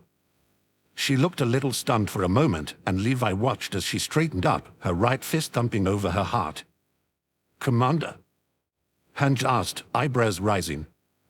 Levi went rigid for half a heartbeat, and then he whirled around, looking upward at Owen Smith as he stood at the other side of Levi's horse. Hanj, Owen said, studying Hanj's face with a phlegmatic expression. Wasn't it? Yes, sir, Hanj said, still saluting. Levi glanced at her and then turned his face away. He focused on the saddle of his horse, testing the buckle to be sure it was secure. He could feel Owen's gaze upon his face. It took a lot for Levi not to dive over his horse and knock the man to the ground, to let fists fly and blood pool and bones snap under the pressure of fists as they caved a skull in. Levi's body was taut from the tension. Ackerman. Levi's entire body jolted and his fingers faltered with the saddle. He looked up at Owen Smith, the muscle in his jaw jumping as his teeth clenched. Owen's eyes were as cold and emotionless, and his head tilted ever so slightly as he watched Levi with a piercing gaze. It was unnerving. Had Owen always been so tall? Had his eyes always been so dead? Or perhaps the child in him had just never seen the monster in Owen. Sir, Levi said in a low, clicked voice. Owen studied Levi's face for a long time. And Levi felt his cool begin to slip, his fingers clenching around the cinch of the saddle. His horse seemed to sense his distress, and it twisted its head to nudge his cloak with its snout. Levi raised a hand to its head, running his fingers through the fine brown hair. He bit his tongue to keep himself from screaming. Owen turned his face away for a moment, his head bowing. Then, straightening, he turned back to Levi. I wanted to ask, Owen said slowly, about your last name. Levi's blood froze inside his veins. He stared stolidly ahead of him, carefully avoiding looking into Owen's eyes. What about it? He asked briskly. He blinked fast and stiffened. Sir. I'm curious, Owen said. Where did that name come from? Levi's teeth ground against each other as he lowered his gaze to the ground. He hated him. He fucking hated him with every solitary fiber of his being. He wanted Owen Smith to die so badly that his hands were shaking in rage. He could see all the possible deaths. He could taste the blood, taste the relief. He could feel his mind slipping through his fingers as the man crushed his will with a simple look. It's just a name, Levi said quietly. But, Owen stated, not your name. A gust of wind toyed with the fabric of his new green cloak. It rustled through his hair and stung his cheeks like a slap. There was no comfort in the chill. There was nothing but a sharp, cruel reality and an oncoming storm. The clouds in the sky drifted in tufts of deep gray, and they tumbled lazily above them like a gloomy hammer about to drop onto their heads. Yes, a storm was coming. That was certain. Does that really matter? Levi asked, standing straighter as he faced Owen fully. I won't be scared to look you in the face, Levi thought wildly, because I want to see your soul when I slit your fucking throat. A name is a name, and I've got the right to choose what you miserable fucks call me. He heard Hanj make a strange choking noise behind him, but he didn't care. He matched Owen's stare with a chilly one to match. He could be as cold and volatile as the blustery weather that shivered through the street. And he knew this well. He knew who he was, and Owen Smith wasn't going to make him second-guess it. I see, Owen said. He studied Levi for a moment longer before giving him a curt nod. Fine. Levi, you'll be flanking me. Levi's mouth went dry. He found his shoulders squaring in shock, and he lifted his head a little higher. What? He asked, his voice carefully devoid. More so than usual. I'm changing your position, Owen said, turning his back to Levi and Hanch. I want you by my side. Fool, Levi wanted to shout. You damn bastard, you don't really still trust me, do you? It worked so well in Levi's favor that the victory felt soiled. Too good to be true, too suspicious to be good. Could Owen sense the hostility? Could he feel death creeping closer? Levi had no idea how years of fighting the Titans might affect a man's instincts. But the Owen he had known had not been a fool. And Levi imagined that this man, this stranger, this monster in human skin, he was no fool either. Whoa, Hanch gasped, thumping Levi between the shoulder blades. He instinctively shoved her back with a great deal of force, but Hanch, with a strange amount of grace, merely jumped backwards onto the tips of her toes, her body poised in a tranquil position. Levi often forgot. Hanch had raked second. If he had not been a trainee with her, she would have easily raked first. What was all of that about? Levi shrugged. He hefted himself onto his saddle and decided that ignoring Hanch might be for the best. Hanch, he said, grasping the reins of his horse with white knuckles. He glanced down at her and jerked his chin. If we both live through today, I'll take that stupid drink. That scrambled Hanch priorities, and she immediately clasped her hands together excitedly. Oh, it'll be more than one. She smiled, and it was the most terrifyingly malicious thing he'd seen in a while. I want to test how alcohol affects you, so you'll be downing a good 5, 6. Levi left her counting on her fingers and laughing brightly. His stomach twisted miserably at the thought that he might never see her again. Yes, Levi knew the odds. He knew the risks.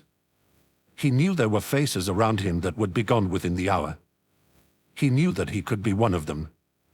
But that was unlikely. No, his downfall was something untouchable and unreachable. He could taste the possibility of it, but he would not look to see if it was truly there. He tugged at his reins as his horse drew up alongside Owen's. He would not look at the man, but instead he stared ahead at the gate. The apprehension would kill him before any Titan, that was for sure. Owen was not looking at him either, which could be a grace or a curse, Levi wasn't sure. His mind was clouded over with thoughts of blood and screams and a vow he had sworn in a necropolis once called home. Vaguely, he recalled Mikasa. And suddenly he wasn't so confident in his goal. This was potentially his life he was throwing away. It might have been different if Mikasa had not been a part of the equation, but she was. She was his family.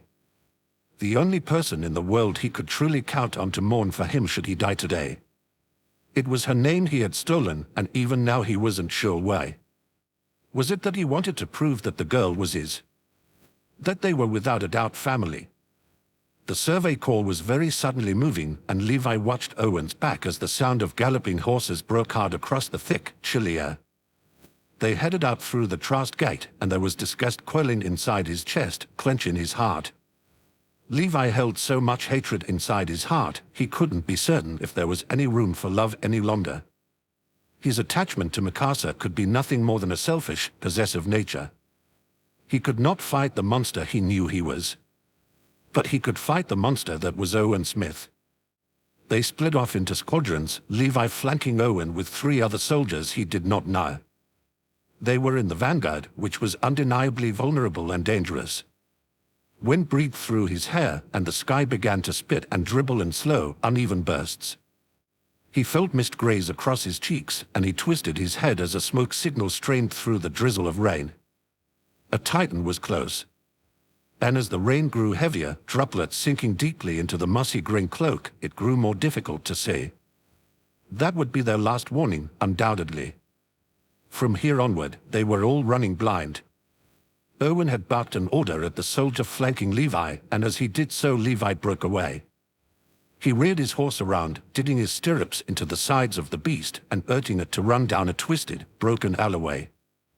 The rain was suddenly sailing from the heavens, scraping across the streets of the dead town with waves of fury. Puddles gathered around his horse's hooves, turning into tiny seas and spitting at the air. Levi tasted the acidity around him, and he tasted sweat as he heard a horse follow him into the narrow passage. Levi kept going, He weaved between buildings, and every so often he'd peer back to see if Owen was following him. The man was barely a silhouette against the rain, but he was there. Thunder shook the earth around them and booming across the ever-darkening grey sky. Levi was chilled to the bone, his entire body thoroughly soaked. Water dribbled against his skin, stinging his cheeks and blinding him as he swerved and pulled his horse into another narrow passage between crumbling stone buildings. He yanked at the reins, yielding his horse as he felt Owen closing in. He hopped off the saddle, his boots crashing against the pool of water gathering in the cracks of busted road. Owen pulled up beside him, his face looking severe in the glow of the storm. Lightning cracked overhead, Owen's blue eyes glowed with cold fury. "What are you doing?" Owen asked, his voice bellowing over the pelting of water against the ground. "Don't tell me you're scared." "No." Levi gripped his swords. "I'm not scared." "Then why did you break formation?" Owen's face was inscrutable, but even so Levi could sense his suspicion. Levi's hands were shaking with rage. He didn't want to chat. He wanted Owen's blood to melt into the pooling water at his feet. He wanted Owen to know just how much Levi hated him, and he wanted him to feel that hatred as he asphyxiated on blood congealing in his throat. "Levi," Owen barked. "Now is not the time for this. Get back in formation." He inhaled sharply, rainwater filling his mouth as he raised his head high, his shoulders tensing. Water dribbled down his nose, streaking down his face, and he could feel his hair plastering his forehead. His lips curled backwards into a feral snarl. "Make me," Levi taunted, his voice loud and sharp. It was a thing a child would say. And he felt like a child. Cold and wet, crouching in a narrow alleyway. He felt death creeping up on him, and he was prepared to deliver it a crippling blow. No one was going to defeat him. No one was going to beat him into a corner and keep beating him until he heaved blood and spat it through his teeth. It was his turn once again to be the monster. Owen took the bait. He jumped from his horse and stood over Levi like a shadow gaping, looming across the rain-slick cobbles. "Shall we not drink to our good fellowship?" Levi thought, his body coiling in tension, and say thee and thou to each other. Levi might have said it out loud. It would certainly be ironic, wouldn't it? The shadow spitting out the very story the learned man had taught him years and years before. And then the shadow addressed the master as thou. Instead of saying something poetic like that, Levi kicked Owen in the stomach and tackled him before he had the chance to retaliate. Levi's swords were out, and he let one extend to Owen's neck. The blade grazed his throat precariously, and it glinted against the downpour. Owen was propped onto his elbows, water soaking his backside as he matched Levi's intense stare with a calm, chilly gaze of his own. Levi held him down by digging his knees into his stomach and side, and he planted his fist against Owen's chest to make it more difficult for him to breathe. "What are you doing?" Owen asked. Ever calm and ever cold, he laid against the gathering rain like a rock amidst a toiling sea. "What the fuck does it look like?" Levi snapped, his eyes ablaze. His body shook, and he couldn't say if it was rage that fueled him anymore. More like bitter resignation to a fate he could not change. Owen's eyes softened ever so slightly, and his brow furrowed. The rain sang around them, smashing against their faces like angry fists, the blows kissing their eyes and hair and trailing down their cheeks. "Do you plan to kill me, Levi?" Owen asked, his voice low and mechanical, barely hovering over the cacophony of rain and thunder. Levi could feel his face contort as his fury overtook him. He adjusted his grip on his blade, and he gritted his teeth in unadulterated rage. It consumed him and broke him apart until it reached his very core. He could feel himself slipping. His mind was crumbling. "Yeah," Levi hissed. He could barely hear his own voice as it surfaced, bubbling slowly and bursting through the den. "The reason I joined the Survey Corps was to kill you, Owen." The words were so bitter, they made his lips twist in disgust. In all his wanderings, he had never seen it like this. It had always been a quiet, secluded place. This was so open. Anyone could zoom overhead with their maneuver gear and see. There was a nagging voice inside Levi's head. "Kill the bastard, do it now," it whispered. There's no time to waste, just eradicate the monster. Why? Owen asked. It was such a simple question. But there was a deeper question layered beneath it that only Levi could hear. Why, Levi? Whatever done to you to make you hate me so much? It was an innocent ignorance. Because you exist, Levi exhaled through his teeth, because you're alive. Owen's eyes suddenly glowed with understanding. They turned upward toward the gloomy sky, and his brow furrowed further. Rain fell across his cheeks like unrelenting tears. I see. Before I stick this sword in your throat, Levi said. Tell me. Why did you do it? What the fuck did you gain from it? Owen said nothing. He was still staring at the sky. And then, Levi heard it. The rumble of shingles loosening. Stones falling. He looked up just in time to see the gigantic fingertips of a titan crash into the nearly touching roofs that enclosed them. Bricks came tumbling down, and Levi jumped to his feet, his fingers grasping the triggers on his sword. He stumbled as a brick struck him in the forehead. He went flying anyway, sliding through the narrow opening of the alley and jumping through it, his body whipping against the air. His stomach lurched as blood dribbled into his eye and his vision blurred. He could barely see with the rain, but adding blood and possibly a concussion, and Levi was reeling with horror. His boots slipped against rain-slick roofs, and he pressed his triggers again before he went toppling off. A giant hand was grasping for him, and he relied on his instincts to carry him up above it. He hopped unsteadily against its hand, and then sent himself lurching into the street below. He redirected his attention to the Titan, and without much thought he sent himself flying in that direction. Instinct had him attaching himself to the Titan's back and whirling his body around in a tight spiral. He felt his blades go through the nape, and the jolt of the kill went shooting up his arms. Blood splashed through the air, colliding with the rain, and Levi slid against the rooftop as he landed. The rain sent him sliding, and when he tried to squeeze his trigger, his fingers slipped against the slick water and blood mixture. His body slid right off the roof, and when he tried to balance himself to land on his feet, he failed. He crashed against the ground in a crumpled heap of limbs, his blades clattering at his sides and his gear snapping from his belt. Pain lanced through him, and he couldn't think straight. His head was pounding, and his heart was too, and everything was hazy and wet and grey, and suddenly there was red too. Red seeping into his eyes. Was he bleeding? Why wasn't he moving? He had to move. A tall shadow loomed over him, dropping before him with a startling amount of grace. Levi's eyes were half closed, but when he managed to twist his head to peer through the cascade of rain, Owen stared down at him, his eyes an eerie gleam in the monochrome world around them. Levi's heart sprung into his throat. He'd failed. He'd truly failed. Kill me, Levi choked, blood dribbling down his chin. He was betting. There was no thought of Mikasa, no glimmer of hope for the future. He felt as though he had died twice already, and it was only suiting that all 3 times be at the hand of Owen Smith. Owen's eyes were still radiating against the chill of rain, glowing softly in a shower of grey. Thunder broke through just then, and Levi's body shook. He didn't know what was broken, if anything was, but he knew he couldn't get back to his horse, let alone ride one, and he could not be eaten, not today, not ever, and he needed this. He needed it to be Owen Smith's hand that delivered that final blow. Kill me, Levi pleaded, his lips wet and red and glistening. Damn it. He coughed, and it was a wet cough of defeat. He remembered a bed, a chill, blood dribbling against his chin. No. He whispered. Had whispered. It didn't matter. Death was all the same. Kill me. Owen knelt down beside Levi.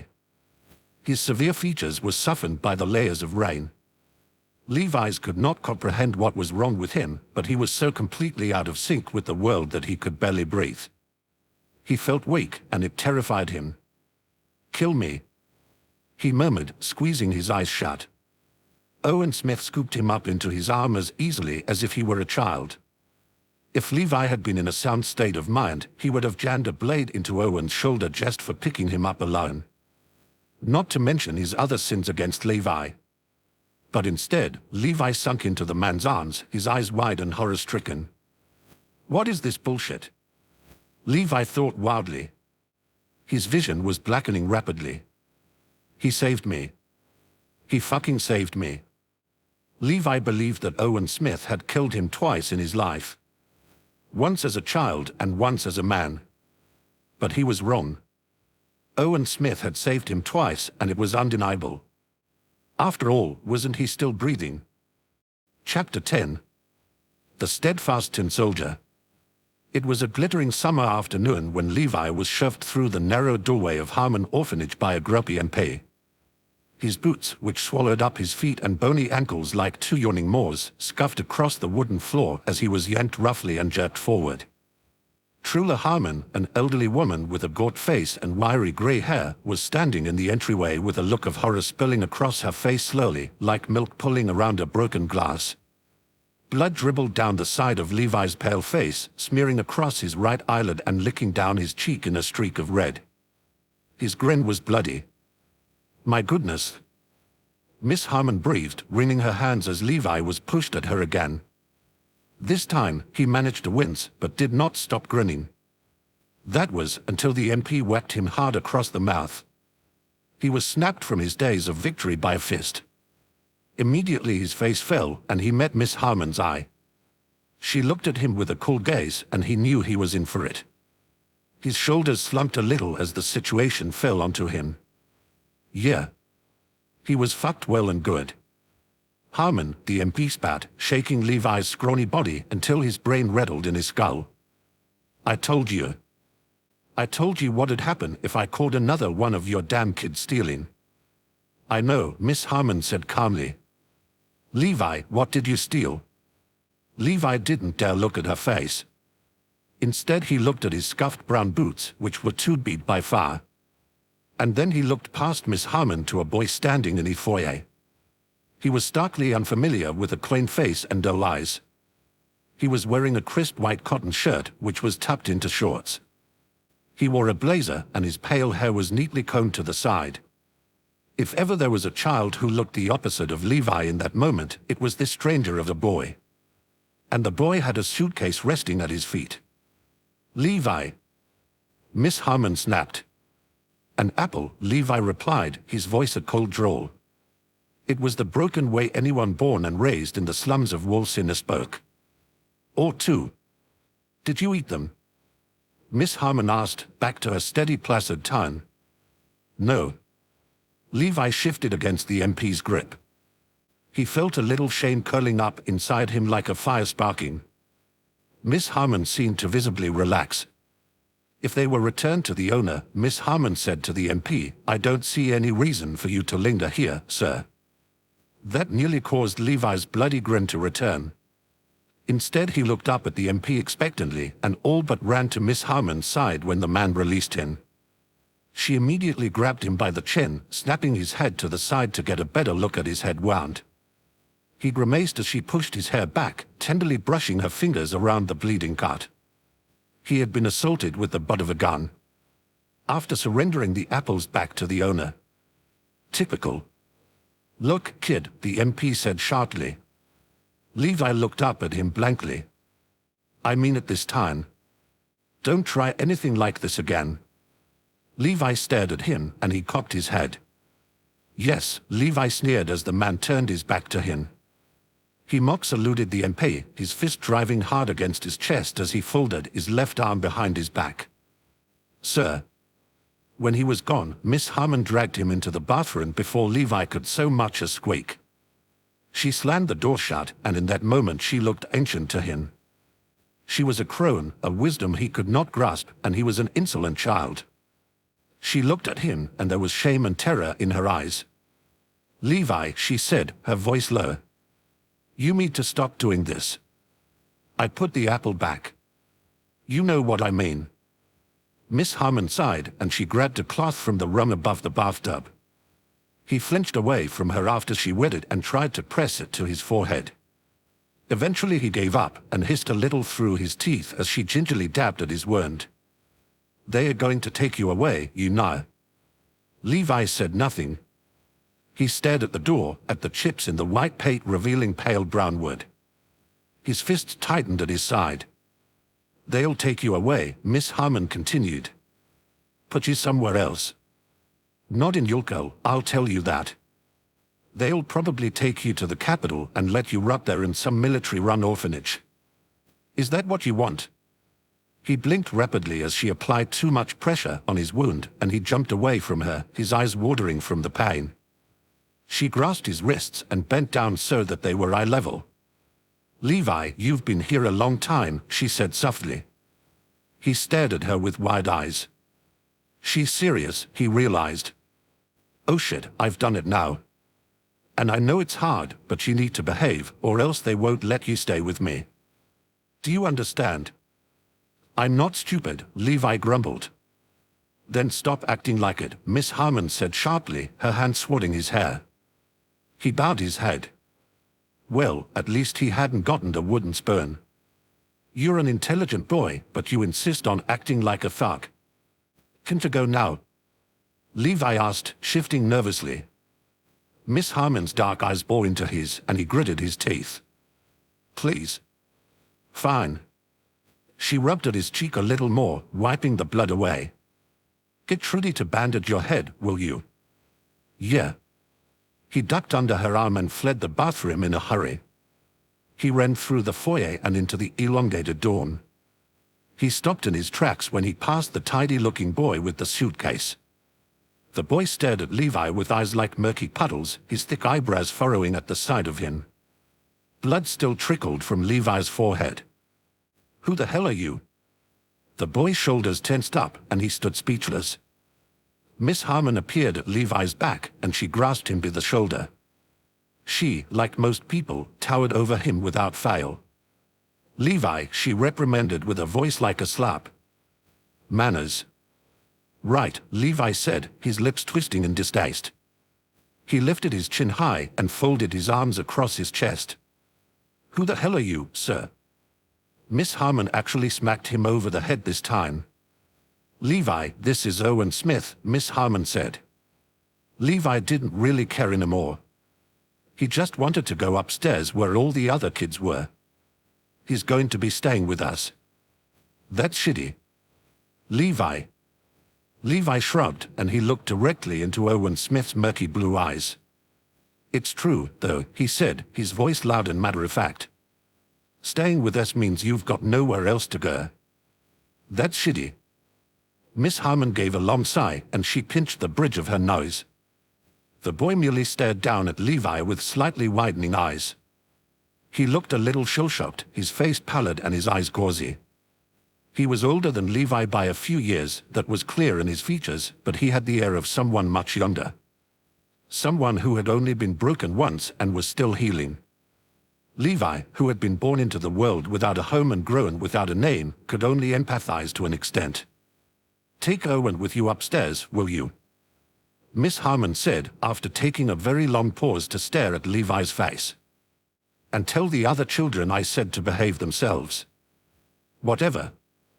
Levi shoved his hands in his pockets, brushing past Owen Smith without a care and running up the steps. His boots squelched against the wood, too big and too cumbersome, but he made do. They were the only shoes he owned. When Levi glanced behind him, he saw Owen Smith following reluctantly, and so he stopped at the landing. You're real slow, you know that. Owen gripped a railing as he stepped up to the stair just below where Levi was standing. The older boy still towered over him. His faded blue eyes watched Levi's face impassively, and then he looked away.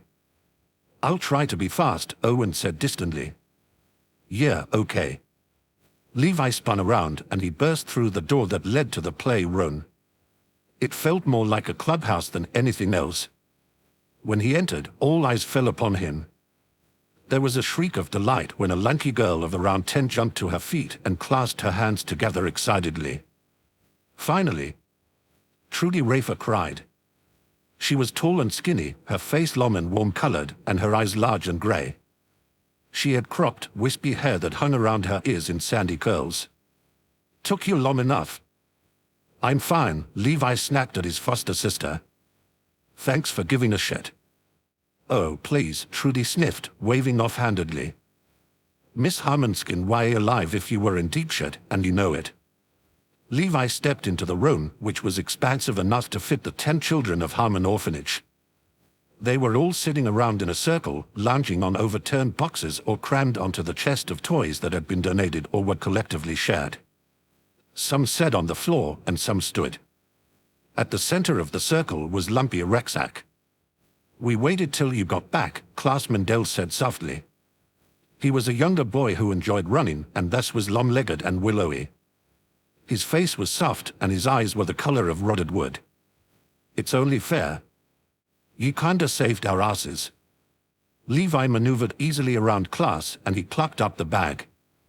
The contents shifted and the faces of shiny red apples gleamed up at him. No one saw you. Levi asked. Do you think we'd have that if we were caught? Trudy asked haughtily. The only way we got away is because of you, Class admitted. He turned to an even younger boy who was all of 4. He was the youngest and the most naive. The child still refused to accept he was alone in the world. Don't listen to Trudy, she's just mean. Trudy, Henri, the small boy, said. Why are you mean? I'm not mean. Trudy's brow furrowed. She rounded on the twins who sat complacently on the chest of toys. They were 2 girls with dark hair and freckles and their names were Rosie and Hild. Am I mean? A little, Rosie said, kicking her legs idly. Hey, Levi, who is that? Levi glanced back at Owen, who was standing in the doorway with a nervous look about him. Owen, Levi called. Come here. He entered the room slowly and Levi shoved the bag in Trudy's face. Pass these out, he told her. Say please, Trudy said snidely. Please, Levi hissed, smacking the back against her chest. She smirked and tossed him an apple. He caught it in one hand, glaring up at her smug face. That's all I ask, she giggled. Bitch. Levi rolled his body in the air and plopped into the girl's seat the moment she sat up. She passed out the apples that had been stolen previous to Levi's diversion to throw the produce seller off his foster sibling's trail. Are you new? Hild asked Owen, her head cocking to the side. Owen looked at her and he nodded vacantly. My name is Owen Smith, he said. Ah, Trudy said, her voice trailing off. Hey. Levi. What? Levi rolled his apple in his palm. There are 10 apples. He bit his tongue to keep himself from snapping at her. Well, how many else would you get, stupid? But he realized the problem. He looked up at Owen and he closed his eyes. How wonderful this day was turning out for him. Try and feed a house of orphans and you get an empty stomach and a bloody head. Hey, Levi said, staring ahead of him blankly. Owen. Owen looked down at him, his eyes still distant and gauzy. Levi tossed his apple at the older boy. Eat up. The boy caught the apple in one hand and he stared down at it in shock. No, he blurted, stepping back. This is yours. Weren't you listening downstairs? Levi asked in a bored voice. I got caught stealing my apple. But fighting Levi is pointless, laughed a round-faced girl. She was 11 and too smiley all around. Her name was Lynette and she was a very bright and energetic girl. She wore her mousy brown hair and pigtails. Is pretty stubborn. Stubborn is cut in at short, Klaus said. He smiled warmly at Levi, but Levi ignored him. Hey, Owen, how old are you? 12. Cool. Trudy gasped. So is Douglas. Douglas looked up from picking the grim out of his nails. He was a bulky boy with tightly curled brown hair and watery blue eyes. His face was a mess of freckles and acne. What? He asked. Doug, this is Owen, Klaus said. I know that, Doug said, his eyes narrowing. I'm not deaf. Levi decided to tune out their voices after that. That first meeting had been normal enough. And Levi could never have known how Owen Smith would be a catalyst for the worst of Levi's sorrows. How could he? To Levi, Owen initially seemed like a nervous, doe-eyed child. Like most new orphans, he was first proved wrong about a month after Owen's arrival. His eyes were no longer cloudy with grief, and he talked more to the other children curtly and politely, his demeanor always calm and easy. Miss Harmon loved him for the way he could wrangle all the kids together and keep them silent. He had a way with getting people to listen to him. He was very skilled in the art of winning people over. Levi was not easy to impress, however. It was not odd for children in the slums to partake in fist fighting. There was a lot of pent-up rage within their small bodies, and it was easier to take it out on each other than it was to actually deal with it. Levi was often a part of one-on-one fights, more often than not reigning supreme. He surprised other children and teenagers by holding his own against the majority of larger opponents. Levi was undeniably fast and undeniably strong, but he was also full of an unquenchable fury that tipped the scale. There was no surrender for an unbendable child. Fists flew at dusk. Levi, who was clothed in his baggy, threadbare slacks and 2 large boots and patchwork vest over a wrinkled cotton shirt, stood against a teenage boy who had taunted his height. The teenager was tall and broad-shouldered, his face severe and his silhouette intimidating. Levi looked rather scrawny in comparison. And yet, Levi had brought the teenager, nickel mane, to his knees. He'd stood over the boy with his boot pressing into his cheek, his shoulders hunched in rage. "Now," Levi said, "who's puny?" Nickel spat at Levi's feet. The teenager's gang, which Levi knew to be rather notorious around these parts of Yulko, burst into laughter. Levi allowed himself to feel a little sense of pride. After all, he lost as many fistfights as he won, and it wasn't often he had an audience of this magnitude. Levi cocked his head back, blood dribbling from the corner of his mouth where one of Nickel's stray punches had hit Han. His eyes narrowed as Owen Smith came jogging into the alley, his neat appearance a strange sight amongst hoodlums and thugs. "What?" Levi asked, tensing up as Owen stepped through the ring of spectators, appearing at the small boy's back. "Miss Harmon's been looking for you," Owen said, his eyes trailing to Levi's foot in Nickel Main's nasty pug face. "You missed dinner. Do I look like I care?" Levi lifted his boot from Nickel's face. "I'm busy." "The kid's got a 6-0 winning streak," the leader of Nickel's gang, Ray Charnel, said. "How old are you again, Levi?" 9. A bout of snickers erupted through the group. Levi frowned a little as he wiped his mouth with the back of his hand. "Nickel got his ass whooped by a 9-year-old, a heavy boy exclaimed. "Shut up," Nickel spat, blood spewing from his mouth and nose. Owen eyed Elro with a wary gaze. "Levi," Owen said steadily. "Let's go." Levi didn't so much as spare Owen a glance. "Nothing's stopping you," Levi said. "Leave." "I'm serious." "So am I." Levi dusted off his knuckles, which had been taped up with medical gauze by a bystander before his first fight. It was battered and torn, unraveling a little bit around his thumbs. "Leave. Unless you want to watch me fight, or fight me, get the hell out of here." Owen stood for a moment, staring down at Levi with a strangely cold gaze. "Fine," he said briskly. Levi finally looked up at him. "What?" he asked, his brow furrowing a little. "Fine," Owen said, shrugging off his fine blaze and tossing it aside as if it was as ready as Levi's vest. "I'll fight you." Levi laughed. He'd spun around, raising his chin high, and he barked a laugh so cynical it had burnt his tongue with the acidity of it. "Fine," he said eagerly, offering out his hand. Owen grasped it tightly, his large fingers swallowing up Levi's slender ones. "But don't come crying when I mess up your prissy pig face." Owen's expression did not budge. He squeezed Levi's hand and then let go to roll up his sleeves. He was wearing suspenders with trousers, having hung up his shorts when the weather had gotten cooler. As he rolled his sleeves, his forearms were bare to Levi, and so were pale scars winding around the older boy's wrists. Rope burns, Levi thought immediately. He'd been tied up his fair share, but mostly due to the cruelty of other children on the streets. And the burns never broke skin. "Fight," barked Ray Charnel. and Owen came at Levi without any reservations.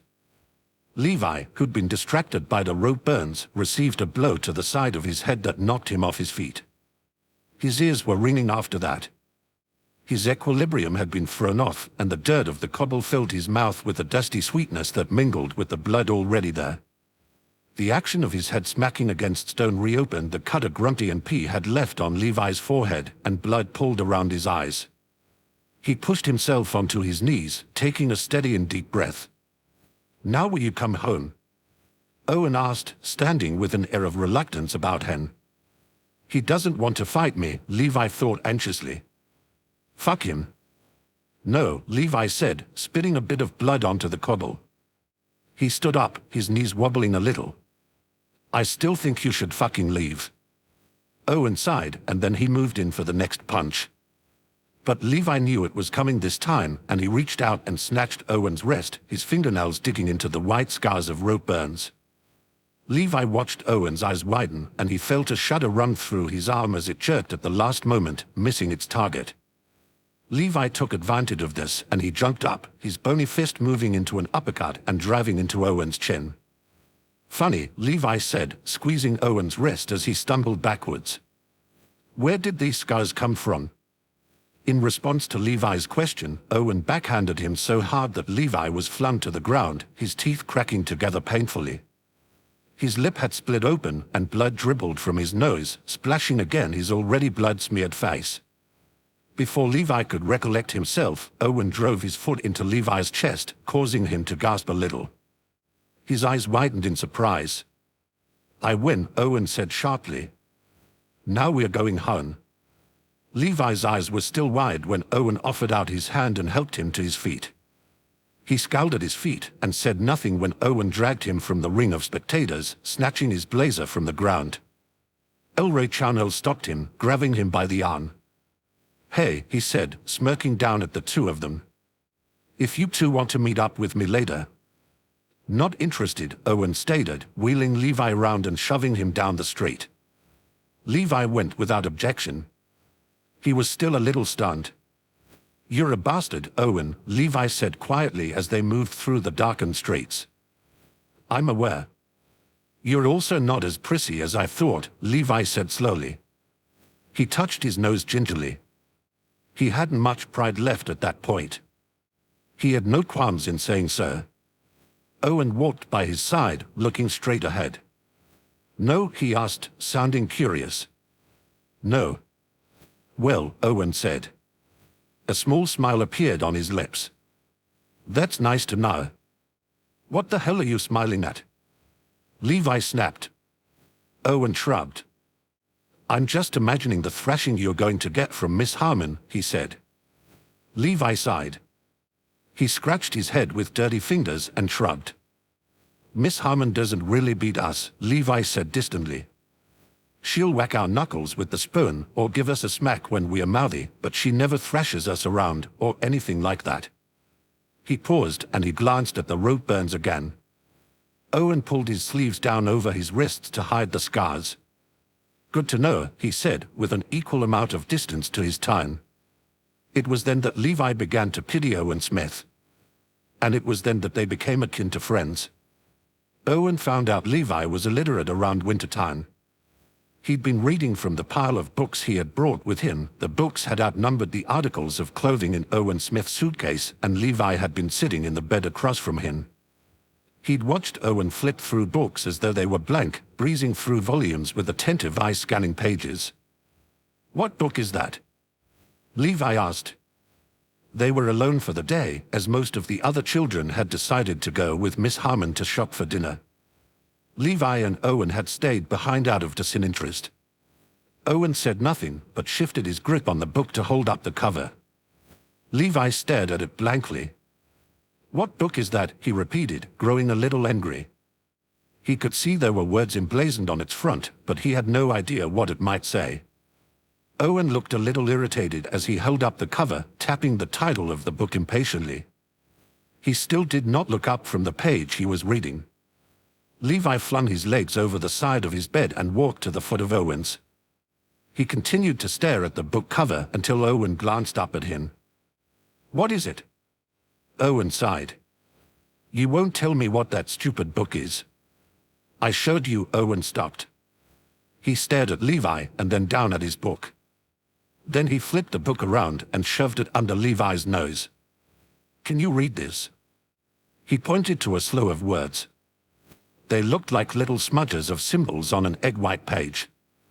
Levi took the book in his hands, clutching it tightly, and he stared down at the words for a long time. He stared at them with his jaw tight and his shoulders tense, and he stared at them like he would stare down the barrel of a gun. There was nothing in his eyes but solid terror. Blood flooded his cheeks as he opened his mouth, but nothing came out. It's okay if you can't, Owen said gently. Eat shit, Levi snapped, his eyes welling with tears of shame. Are you? Owen sat up straight on his bed. Hey, don't cry. Do you want me to teach you? I'm not crying, Levi said, snapping the book shut and throwing it onto Owen's mattress. And I don't need you to teach me a damn thing. You don't need to be so stubborn, Owen said weakly. Levi whirled away, his bare feet squeaking against the floorboards. He was angry and ashamed, and it wasn't fair. It wasn't fair that Owen could read so much so fast and Levi couldn't even discern a title. It stung far too much for something so silly. And he hated himself for letting it get to him. Owen sat down at the foot of Levi's bed when the boy buried his flushed face in his pillow. Do you know the alphabet? Owen asked. Levi responded with his middle finger raised up. Come on, sit up. I'll teach you. Levi sat up reluctantly as Owen held up a journal and a pen. Let's start with how much you know, Owen said calmly. Now. Levi stared at him vacantly. Levi repeated confusedly. Owen's face seemed to blanch. Oh, he laughed nervously. This might be harder than I thought. Wow, Levi sneered. I'm so glad I asked to be taught. Be quiet and listen, Owen said. F. By the time the other children returned, Levi could write a very crude version of the alphabet and recite it by heart. Spring came and Levi could read basic sentences. It was a difficult, agonizingly slow process. There were many instances when Levi threatened to jab his pen into Owen's eye or hand or both because he couldn't deal with his frustration. Why were words so hard? Why were there rules to grammar, and why was spelling so intricate and delicate? Why the fuck couldn't it just be easy? I don't understand this story, Levi said, slamming his pencil down. It's quite simple, Owen said. Come on, Levi. Just keep reading. We've been at this bullshit for hours. All the more reason to keep going, Owen pushed. You're making so much progress. You're lying. I'm serious, Owen said, smiling wanly. Levi stared at him and looked back down at the book, frowning pensively. You're really doing well, Levi. You can read sentences and write them too. Yeah. He chewed at the eraser of his pencil and he shrugged. Maybe.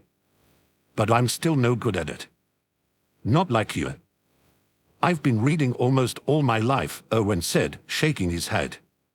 You've only been reading for a few months. This is stupid, Levi grumbled, flattening out a page in Owen's story. He read aloud as he began to write slowly. Make yourself quite easy, said the lay-out lone man. He read hesitantly. I will tell no one who you really are. Here is my hand. I promise. Promise, Owen corrected, peering over Levi's shoulder as he wrote. I promise, and a word is suff. What the fuck, Owen? Sufficient, Owen said, reaching over Levi's arm and pointing to the word in question. Do you know what that means? No, Levi said, gritting his teeth. I thought you said these stories were meant for kids. They are, Owen sighed. Keep going, you're doing well. What does sufficient mean? It's like enough of something, Owen said.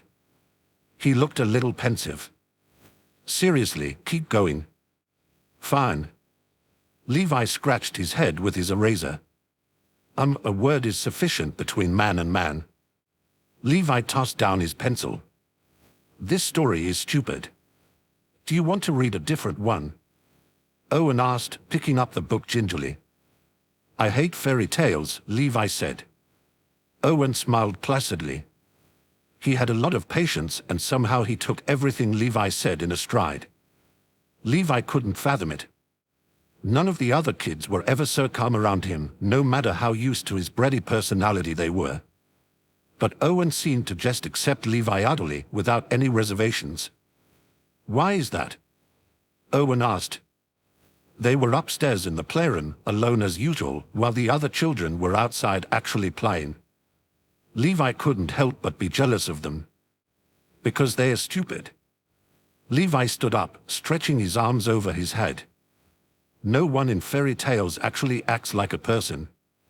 They are all idiots who get themselves cursed, or eaten, or executed, or something horrible like that. Not too different from real life, Owen mused aloud, smiling slightly as he lay down across the floor. Except real life hasn't got any happy endings, Levi said, wandering to the window to peer into the street. The other children were playing ball, kicking it around the cobbles and shrieking with delight. Neither does the story, Owen said, rolling onto his stomach and tapping the open book.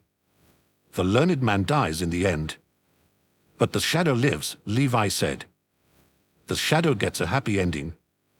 But, Owen said, looking up at Levi, evil wins. That's not happy. It's happy for someone.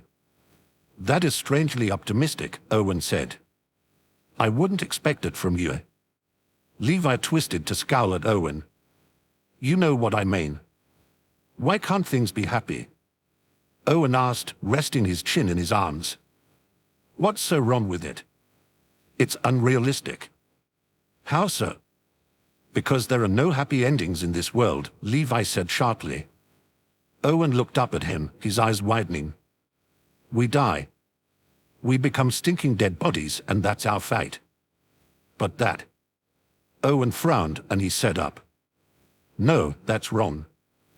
There's still happiness, even if we are all destined to die. Come on, Levi, now you're the one being stupid. Aren't you ever happy? Of course. He found himself feeling embarrassed. That's not the point. Owen sighed loftily. You're so hard to talk to, he said, smiling faintly. It's like arguing with a brick wall. Shut the fuck up, you prissy. I joined Elray Channel's gang, Owen said softly. Levi froze. He stared at Owen, who was sitting with the book of fairy tales in his lap, his head bowed. Levi knew that Owen had been wealthy prior to coming to the orphanage. It was written in the way he spoke, the soft cadence of his words and the refined nature of his mannerisms. But he was never pretentious or condescending, and he never complained about how much he lacked now.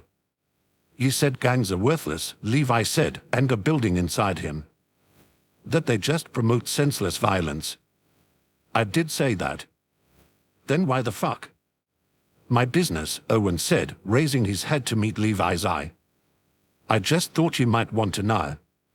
So you don't worry if they get home late. Why would I worry about your sorry ass? Owen sighed. I don't know, Levi, Owen said, but this way you can cover for me with Miss Harmon. He smiled up at Levi innocently. Right? Levi stared at him. You're not as nice as everyone thinks you are, Levi said darkly. No. I won't. I want to join too. Owen's shoulders tensed up and stood up, snapping the book closed. Absolutely not, he said. I don't need your permission. What you need, Owen said, hugging his book to his chest, is a brain. I'm sure I can steal one, Levi snapped. Since apparently that's the only thing I'm good at, right? I never said that. You just called me stupid. You are stupid. Owen shook his head. I mean, not stupid, you don't understand, Levi. You've gotten into so much trouble already, and I know that Miss Harmon is scared they'll take you away. Shut up. Levi folded his arms across his chest. I'm not going to get taken away. You're not joining, okay? Owen stared at Levi, his gaze long and cold. That's final. Go to hell, Owen. I will gladly do so, Owen said, turning toward the door. It's not like I'm going to have a happy ending anyway, right? Levi almost ran after him to push him down the stairs. Like most fights children have, this one faded fast.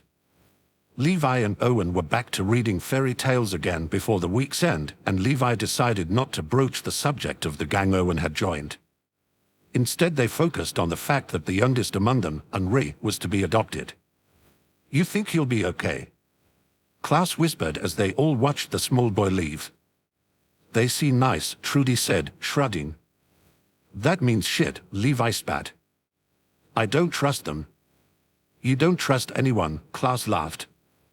Owen stood stolidly behind them before turning to speak with Douglas. He met Levi's eye and shook his head. He seemed to disagree with Levi, which was unsurprising. Klaus elbowed Levi gently. Hey, you want to race? You want to lose? Levi asked, his apprehension about Henri's adoption fading. His lips curled back and he bent down to roll up his slacks. Ain't losing, Klaus said, grinning broadly. Not to your skinny ass. Levi moved to take off his shoes, which were far too big to properly race in, but Owen stopped him. Don't go around barefoot, Owen warned. There's been an illness going around. I'm not going to get sick, Levi said, jerking away from Owen. You never wash your hands. Levi kicked off his boots. Don't bitch at me, there's never any soap anyway. Levi. Owen's right, Trudy said.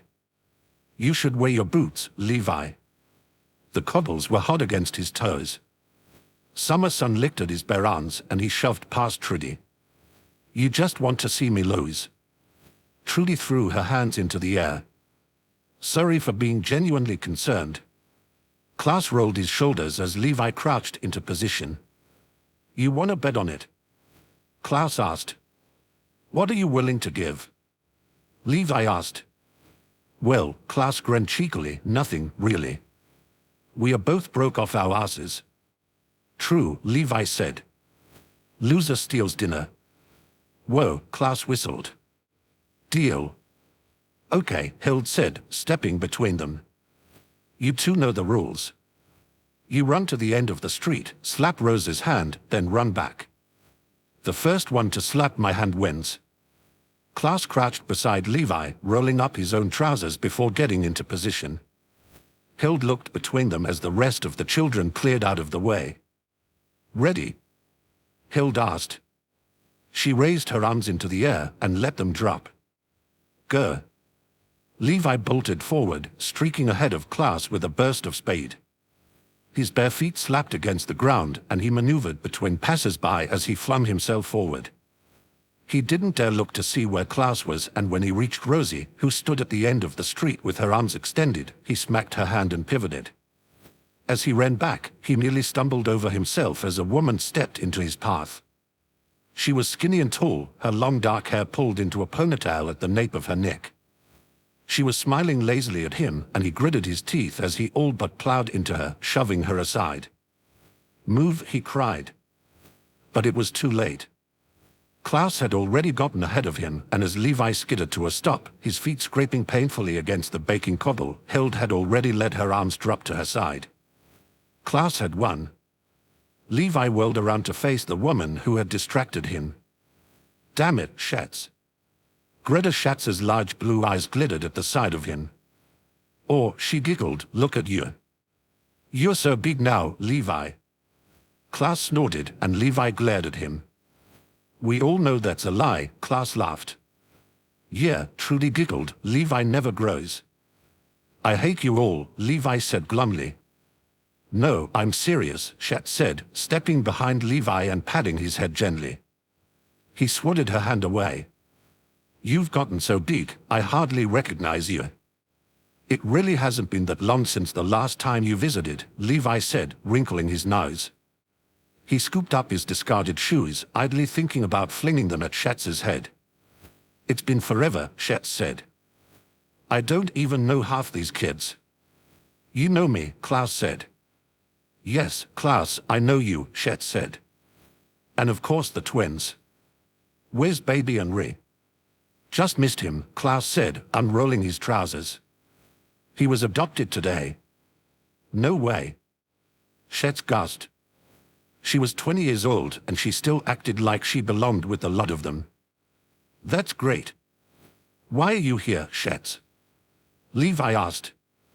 I wanted to say hi. Schätz looked at him, her splotchy face even redder in the summer sun. Gosh, you've gotten even grumpier, haven't you? He's always like that, Trudy said, waving at Levi offhandedly. I'm Trudy Rafer. Greta Schätz, Schätz said, smiling warmly at the girl. It's nice to meet you, sweetheart. Did you used to live here? Trudy asked eagerly. Yes, actually, Schätz said.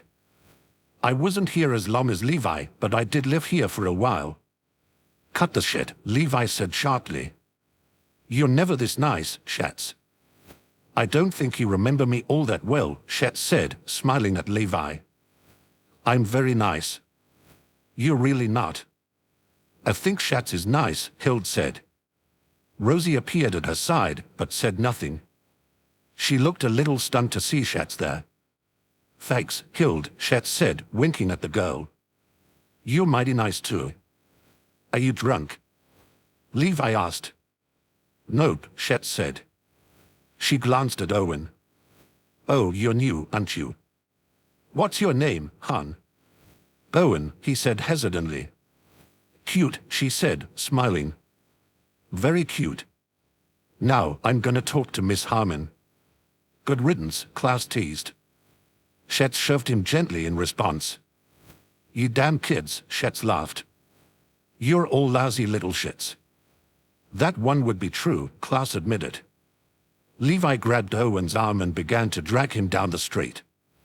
He looked startled. Where are we going, he asked. Stealing dinner. After that, Levi began to see less and less of Owen. There were brief periods where Levi wouldn't see Owen at all, and he would lay awake at night wondering what the hell the boy was up to. What on earth could he be doing that had him out so late? And how did he manage to sneak in and out without Miss Harmon not noticing? It was a riddle for the ages, and Levi was stuck. A few weeks into the winter, Nickelmane took his revenge for the previous year's beating. Yes. Nickelmane was very good at holding grudges. Hey, Nickel called one chilly winter afternoon. Levi had been cutting through an alley on his way back from visiting Henri, who had recently gotten a cold. He'd been coughing a lot while Levi had tried to talk to him, but after some light interrogation, he deemed the new family safe enough. He also promised to come visit again later in the week. Runt. Levi turned around, twisting his head to glance at the teenager. His lip twisted in disgust. What do you want, swine? Levi asked. Nickel tossed his hands into the air, a lazy smirk resting on his nasty face. He was dressed warmly, with a long coat hanging to his calves, a navy scarf, and dark gloves. All Levi had was a threadbare jacket, his patched-up vest over a cotton shirt, and the same pair of slacks he always wore.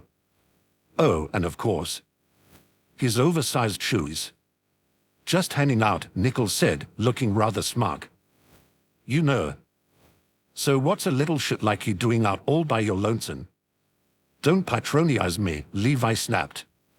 His body coiled into a defensive position. If you want to fight, just get on with it. Patronize, Nickel repeated, whistling lowly. Wow, big word. Did Smith teach it to you? Levi flashed at that, and he glowered at Nickel's face. And then, within the span of a heartbeat, there were 3 other boys surrounding Levi, snatching his arms before he could manage to fight them off. He struggled a little, startled at how quickly the situation had escalated. There was a difference between an alleyway fistfight and a game assault. What the hell? Levi asked aloud, twisting against the grip of the boys who gripped his arms. What the fuck are you doing, Maine? You're so mouthy, Nickel sighed, stalking up before Levi with something like malice glinting in his eyes. You really need to learn to mind your tongue.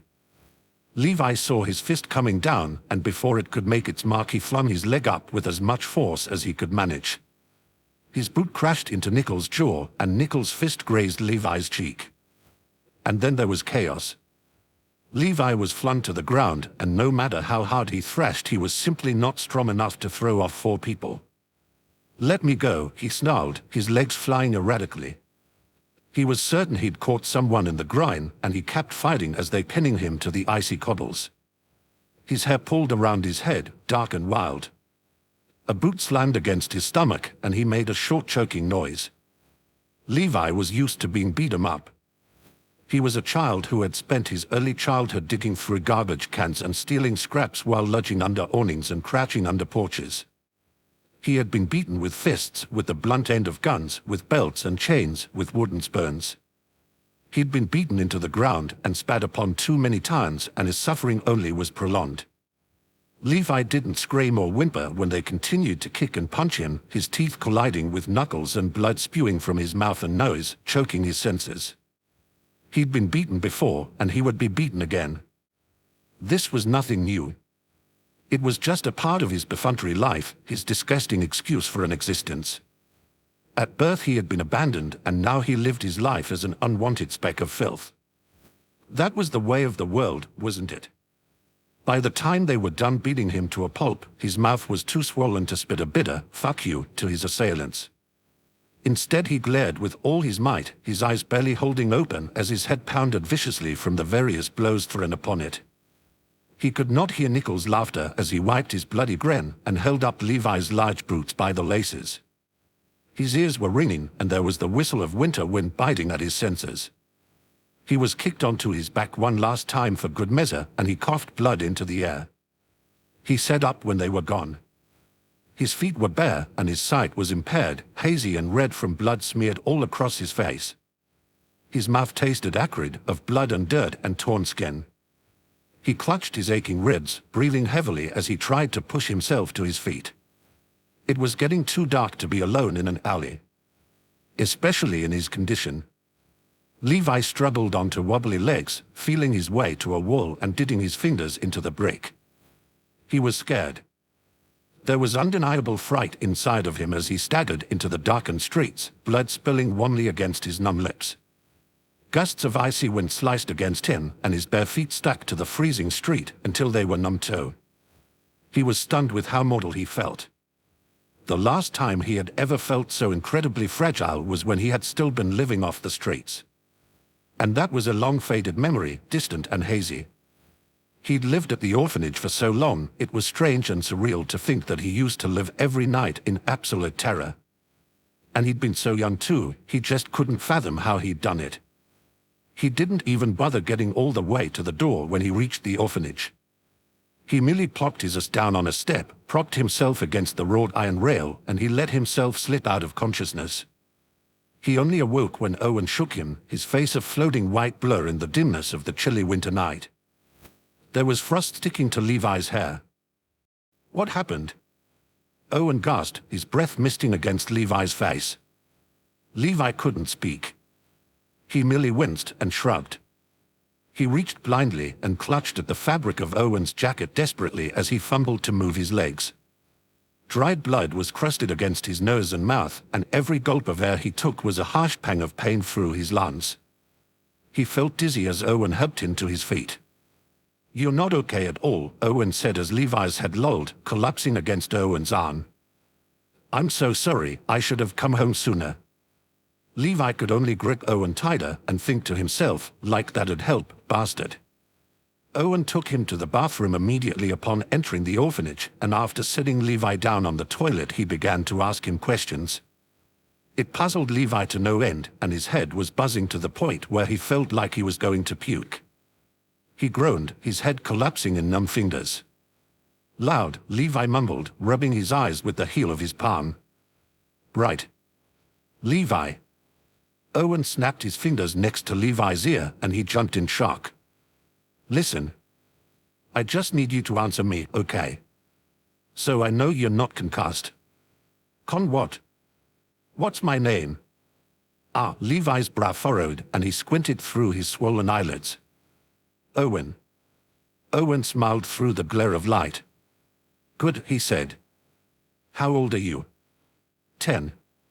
"Good," Owen said. "What's your last name?" Levi scowled. I don't have a last name, you shit-faced. Okay, Owen said, raising his hands into the air. I get it.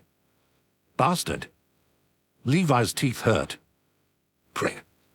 Open your mouth, Owen said, bending onto his knees to peer at Levi's face. I want to see if any of your teeth are broken. Fuck.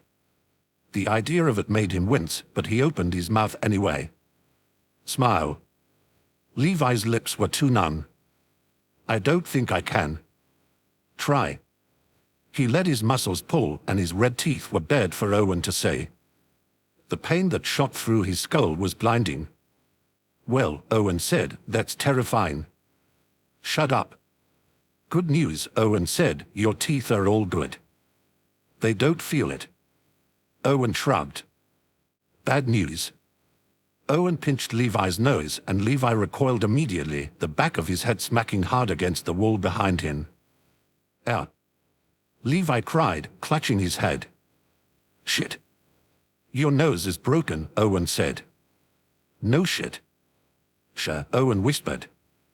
Okay, let me see. Did you just say let me? Sure. Owen lifted Levi's chin, moving his head from side to side. Doesn't look like anything else is bad.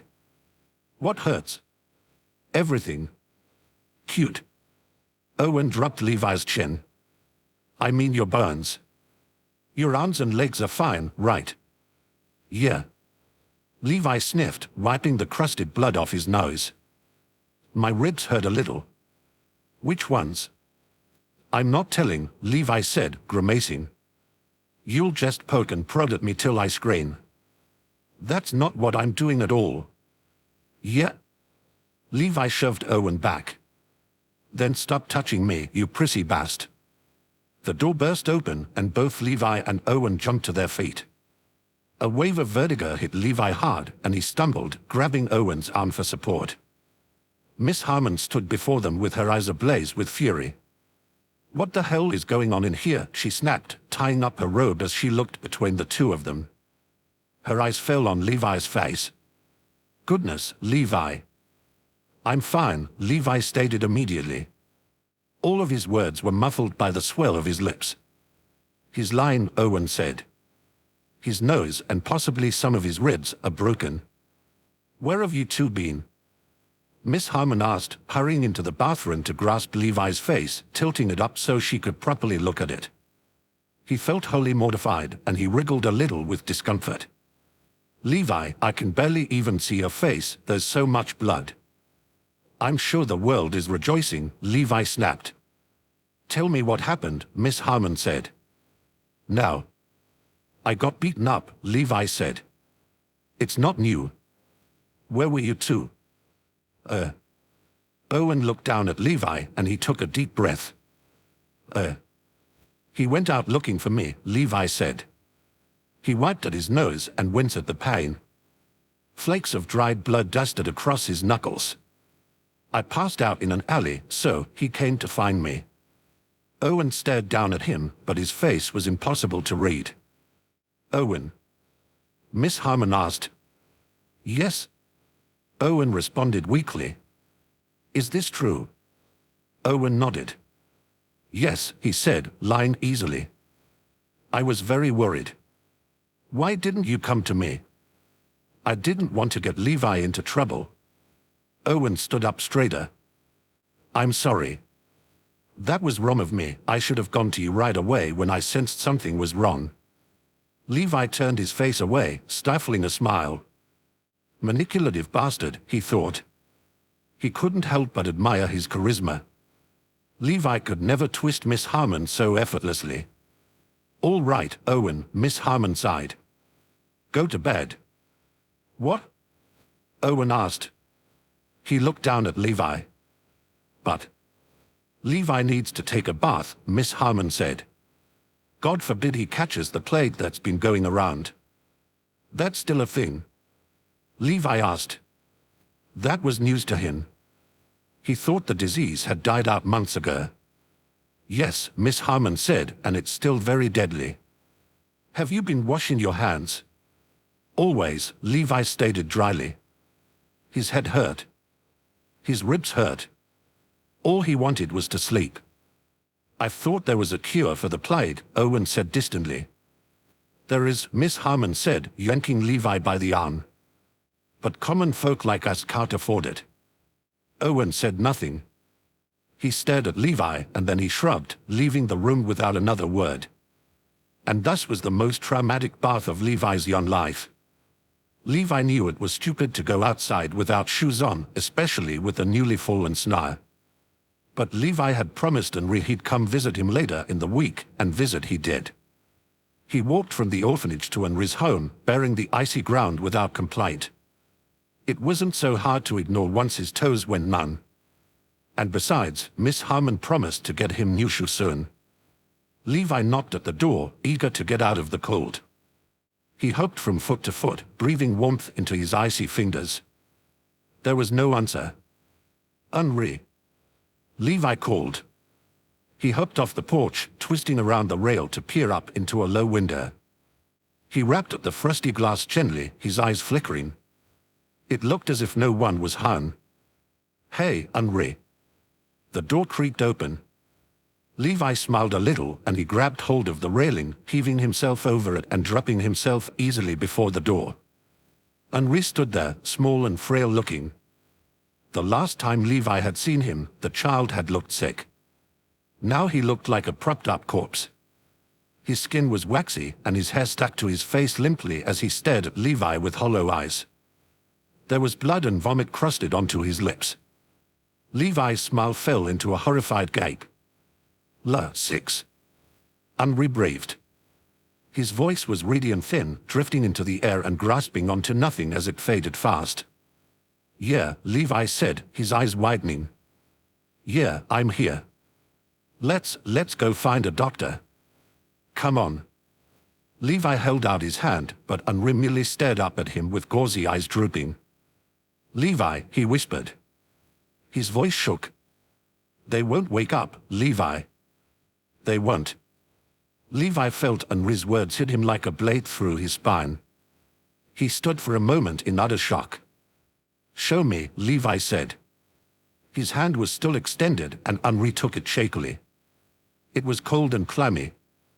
Henri took Levi to a bedroom where his adoptive parents laid in a bed of blood and sick. Levi didn't need to check that they were dead, but he left Henri's side to do it anyway. He went to the woman's side first, lifting his shirt to his nose to avoid the intermingled smell of vomit and blood and death. Her eyes were open and her mouth was parted in its last cough. Levi jumped when a cough smashed through the silence of the room. A body hit the floor with such force the doorframe shook and Levi ran to Henri's side. He'd fallen onto his knees, coughing into his hands with wide, terrified eyes. The cough sounded more like glass shattering inside the boy's throat, and he lowered his hands, rivulets of blood slithering down his chin. "Hey," Levi said quietly, fearful to touch the sick child. "Get up. Let's get you to a doctor, okay? You'll be okay." There were tears in Henri's eyes as he slumped forward, his head falling against Levi's chest. He began to shake, his frail body trembling against the strain of a cough that spilled across his lips, splattering Levi's chest bright red. And then he began to sob. He grasped Levi's arms, clinging to him with a frightening amount of strength, and he sobbed helplessly into Levi's chest. There was nothing that could be done. Levi stared and felt his own body begin to quake from fear and horror, his eyes stinging with tears as the dying child screamed and clutched at him. "Sure," Levi said weakly. It's okay, sure." Henri's body seemed to give out after one last cough sliced against the air. He crumpled, and Levi caught his tiny body, laying his small head in his lap. His eyes were still open, his parted lips sucking greedily for a little air, just a little bit more air. Tears clung to his cheeks in poison trails, and blood was still expelling from his lips. "Levi," the boy said, I want..." Fresh tears pulled in his eyes, and his lips trembled. "What do you want?" Levi asked, grasping Henri's bloody hand. "Tell me. I'll get it. Home."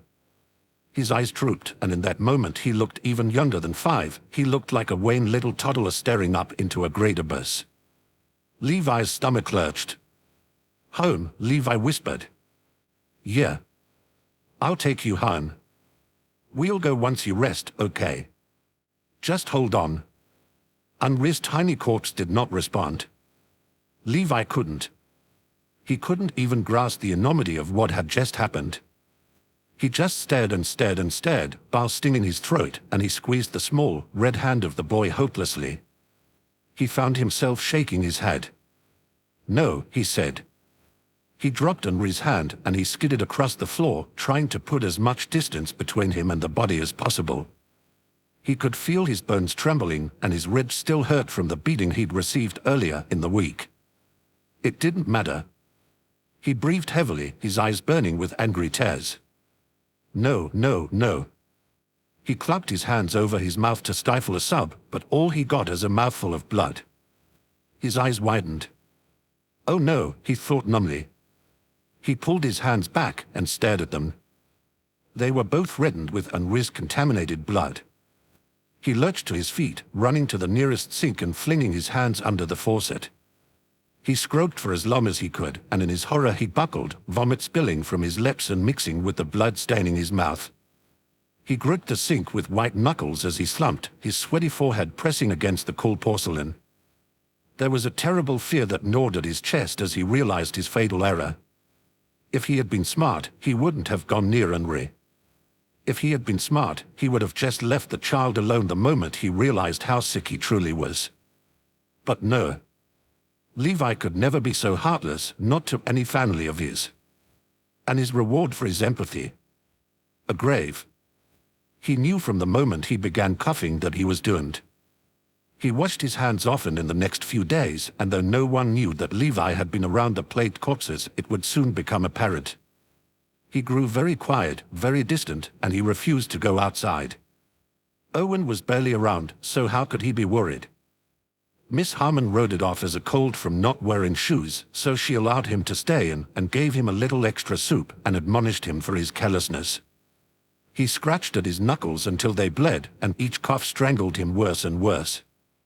He was holding in his sickness like the most deadly of secrets, and he carefully avoided physical contact with anyone and everyone.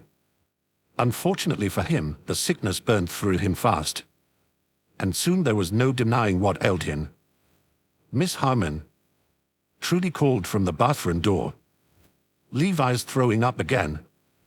He was slumped against the bathtub, his breathing shallow and erratic. Val was clawing up his throat, and his stomach tied itself into 1,000 knots and curled around his lungs, constricting his breath. What's happening? Owen's voice drifted into the bathroom, and he poked his head in curiously. Levi could not see him past the faint outline of his face. Levi. He's been sick all week, Trudy sighed. There's nothing creepier than Levi being quiet. A cough belt inside his chest, parading through him like a battalion of soldiers stomping against his lungs. It burst from his lips sharply, agonizingly, slicing against his throat without mercy and sending him lurching onto his hands and knees as his body racked. Blood spattered against the floor without him even realizing it, and his tongue burnt with the bitterness of it.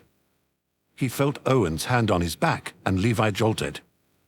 He smacked Owen's arm away, crashing onto his side and curling into a ball as he rasped, his eyes wide as blood trickled from the corner of his mouth. D-Don-T, he coughed, touch. Owen's face floated above him, swimming in a sea of tears. It was hard and unyielding. How long has he been like this? Owen asked. He wasn't this bad this morning, Trudy said weakly. Miss Harmon. It's no use. Owen turned toward the door. He's going to die. What? Trudy asked. Her voice was soft and it bled into Levi's mind, corrupting and maiming and ensnaring. He was sickened by her and by Owen and by everyone. He just wanted to be left alone. He'll die, Owen said. It was strange, hearing it spoken aloud. Levi had known from the start what was going to happen, but even so. It hurt. He didn't want to die. Unless... Trudy's voice heightened in terror. Owen. Can't we save him? Come on. There's a cure, Owen said hesitantly. Then let's get it. Their voices were nothing but a haze now. Levi coughed weakly. It's not that simple. It's gotta be. Owen paused. And then he took a deep breath. Okay, he said. I'll see what I can do. You better. Trudy sounded strangely furious. If he dies, it's on you. I understand. He left without another word, and Levi tried to sit up, but he couldn't quite get his arms to work. He heard Trudy scream one more time as he toppled over, his head smacking hard against the floor. Everything that happened next was a distant blur of pain. He was in and out of consciousness, awakening in a cold sweat with sheets plastered to his body, or shivering so badly that he bit his tongue. He was fumbling for his senses, coughing and blinking blindly at the ceiling, hoping for some kind of salvation. He was terrified of his sickness, and he was terrified of himself. He woke up in tears more often than not. He greedily accepted any water given to him, despite knowing it would probably not stay down. Levi was hovering between life and death, half a corpse already as he rutted away in a bed, coughing and twisting and fighting off nightmares. There was a veil over his senses, and he wanted to fight it so badly, but he couldn't. There was something surreal about his affliction, and he was caught in a web of feverish dreams and blazing nightmares. This is hell, he thought. It must be hell. Levi. The voice was distant. It licked through his head, snarling through him like a volley of flies. No, Levi rasped, a steady hand cupping his head. Blood splashed against the air. He felt a bowl pressed to his lips, and he twisted blindly, fighting for nothing and everything. No, stop. The struggle was in vain. He clawed at the arms that tried to feed him, grasping wildly and hopelessly.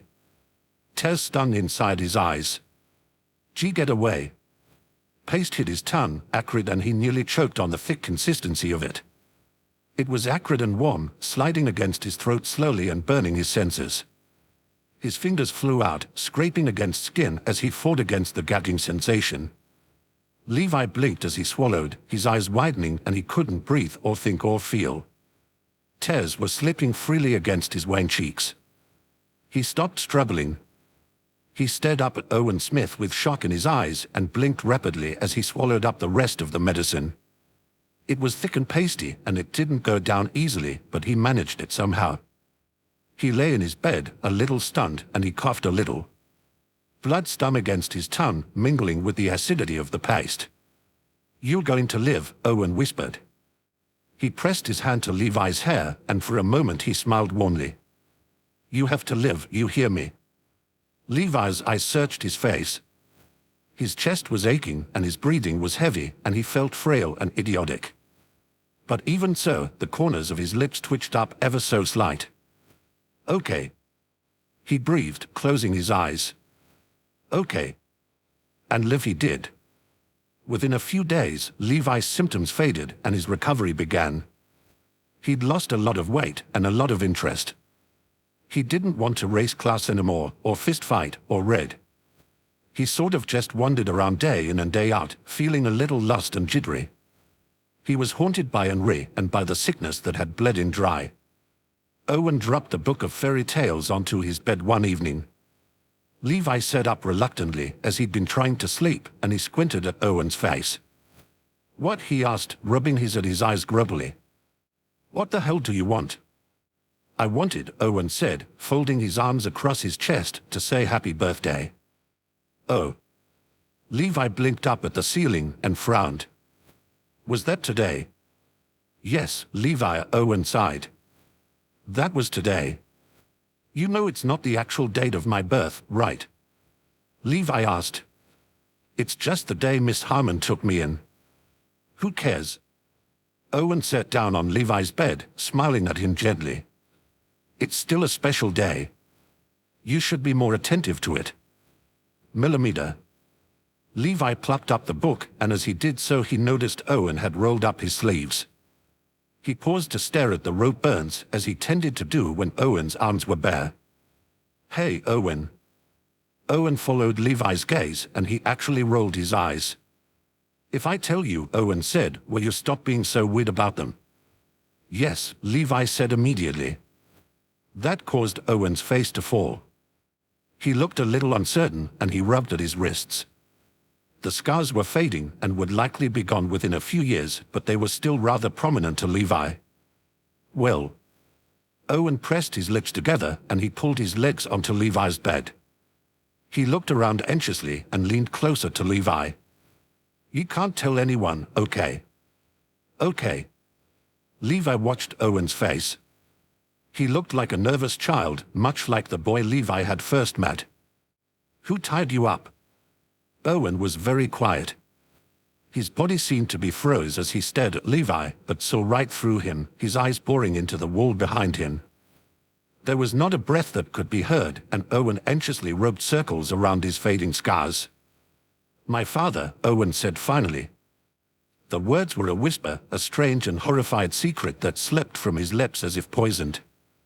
His eyes were a little wide, as if the words scared him. To Levi, it meant nothing. Why? He asked curiously. Owen averted his gaze. Slowly and tremulously, a smile came to his lips. I don't know, he admitted. I never asked. What did he do? Levi asked. After he tied you up. Owen sighed. He glanced at the entryway and then at Levi. Hold on, he said. He lifted his hands to the buttons of his shirt and slowly began to undo them. Before he even opened the shirt, Levi began to understand. White scars glowed against Owen's abdomen, jagged and rising like small mountain ranges across his ribs. Holy shit, Levi blurted, whistling a little. And I thought I've had my share of beatings. Owen smiled placidly. Maybe I shouldn't show you my back, then, Owen said. No way, Levi said. He whipped you. I mean, I've gotten whipped, sure, but... Owen shrugged and he dropped the shirt a little bit as he twisted around. The scars on his back were something unreal. A massive canvas of overlapping strokes, twisted and bright against shoulder blades and spine, broadening across his shoulders in a feverish carving. And then Levi realized, with a horror, that there was an actual design to the awful scars. Are those wings? Owen shrugged again. Maybe. He pulled up his shirt, buttoning it back up. I never asked. That's fucked up. Owen somehow laughed. How eloquently put, Owen said. But yeah, it's fucked up. And he just did this shit, just to do it. Levi felt a little guilty for broaching the topic, but he couldn't help it. I'm really not sure, Owen said. He liked to pretend that it never happened. He acted like he didn't know where the scars came from. Owen wrung his hands nervously and he sighed. I don't think he was in his right mind, to be honest. What happened to him? Levi asked. He died. Owen's body rocked back and forth and he stared up at the ceiling for a few moments. He had too much to drink and drowned himself. Don't ask me why he did that either, because I have no clue. That's really, really awful, Levi said quietly. It happened, Owen said. I'm not too shaken up over it anymore. Levi stared at him. And then, he held up the book of fairy tales. Why did you give me this? He asked suddenly. Because I honestly don't think you can read my history textbook. Owen smiled and he laughed when Levi tried to smack him with the book. I'm kidding. You could probably read half of the words in it. Maybe. Why the hell would I want a book of dumb fairy tales? Levi asked. Because, Owen said, slipping off the bed, you saw happy endings where there were none. You should have it. That's a stupid-ass reason, Owen. Just take the book and quit complaining. Levi sighed. Fine, he said glumly. Whatever. Thanks for telling me about the scars. Thanks for listening. Levi watched Owen move slowly out of the room. Beneath the white cotton of his shirt, Levi could see the faint outline of the scars. His lips twisted into a grimace and he tossed the book to the foot of his bed, flopping onto his back. Arsehole, he grumbled, flipping onto his side, his back turned to Owen's retreating figure. Levi ended up reading the fairy tales anyway. He struggled at first, without Owen there to guide him, but eventually he got the hang of it. He began to head up onto the roof at night to read by starlight, because that was really the only time the other children didn't tease him relentlessly or ask for him to come play. Didn't they understand that he just did not want to fucking play anything? He was tired, and he was still dazed from his illness. He also had difficulty getting dirty anymore. He struggled to touch anyone whose hands had not been sanitized previously or go outside without shoes again. He would gladly waste away inside before he got sick again, thank you very much. Levi. He'd been reading on the roof, squinting at the pages in the darkness, when Owen's face had appeared over the side of the roof. He heaved himself up, balancing himself conscientiously. Levi looked at him with a dull gaze, and he shook his head, looking back down at his book. You're reading? Owen stood above Levi with his thick eyebrows raised. Can you even see the words? Yes, I can see the damn words. Why would I stare at a page I couldn't see, idiot? Calm down, Owen sighed, crouching beside him. He looked up. Whoa. It's really clear. Yes, Levi said, the sky tends to be when there aren't any big-ass clouds blocking it. You have no people skills, Owen sighed. Just agree and say the sky looks pretty. Is that so hard? Yeah. Owen smiled in disbelief. Hopeless, he chuckled. You are absolutely hopeless. Is there a reason why you're up here? Levi asked. He looked up at the sky, and he found his shoulders slumping. The great expanse of darkness was dotted with a sprinkle of glimmering lights, twinkling vaguely and trailing across the blanket of blackness. He could feel the warmth of them, despite the heavy weighing distance. I saw you, Owen said. I wanted to know what was going on. Just me, Levi said. And this dumb book. Which I hate. Which is why you read it. Yes, exactly. You are singularly the strangest person I have ever met, Levi, Owen said, ruffling Levi's hair. If you do that again, Levi said, his eyes flashing dangerously, I'll push you off this roof and be the last person you ever meet. Fair enough. Owen sat himself down beside Levi, looking pensive as he tilted his head back toward the stars. Levi felt his exhaustion as it leaked from his body, pouring from the tension in his muscles and face. When did he start looking so old? Levi found himself thinking. There was a bitterness to the revelation that Owen was getting older. And so was Levi. He didn't want to admit that he was scared of what that meant for him. What are you thinking about? Levi blinked up at Owen's face. What? He asked. You've got this funny look on your face, Owen said. I don't know how you can even see my face clearly, Levi sighed. He closed his book. I'm not thinking about anything. So, Owen said, no different than usual. You really want me to push you, don't you? Owen laughed. I'm kidding, he said, smiling easily. Levi had a nagging feeling that he was putting on an act. What are you thinking? He asked sharply. Oh, Owen said. Well, I'm thinking about the stars. Really? Levi frowned. They are just stars. I've read some great books about them, Owen said, his eyes brightening up considerably. The stars are really wonderful. The world is such a vast place and so much bigger than what these tiny walls deceive. I didn't know you were so passionate about the outside world. Owen pulled his knees up to his chest and he sighed. I've always been interested. I just never tell anyone about it because it's not something most people are interested in. It's also frowned upon. Levi smirked against the early spring wind. You're a full-blown heretic, aren't you? I've said nothing blasphemous, have I? Owen picked at the shingles of the roof idly. I only stated a fact. There is a world beyond the walls. And I believe it's much bigger than our human minds can properly conceive. Okay, put those big damn words back into your pocket, Levi said, rolling his eyes. Simpler terms, Owen. I just mean, Owen said, that I'm only telling the truth and that there's no telling how big the world actually is until someone goes and explores it. The people who have tried just ended up Titan food, Levi reminded. And what if there were no Titans? Owen wondered aloud, laying himself back against the slope of the roof. He watched the stars with a glow in his eyes Levi had never seen before. What if, by some miracle, we were free? Then we could explore this world. See just how big it truly is. It sounds like suicide. Maybe it is, Owen said. His pale face was lit by the glow of his eyes and the shimmer of stars. Maybe it's crazy. But it's a nice bit of hope, isn't it? Even if it's a silly dream, there's still hope to it. Yeah, Levi said distantly, not truly understanding. Maybe.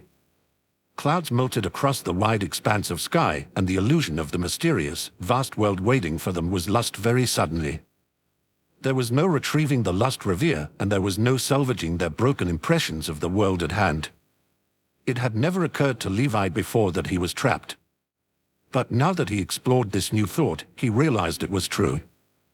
They were stuck inside stone walls with no inkling of what lay beyond for them. And that was truly terrifying and stunning.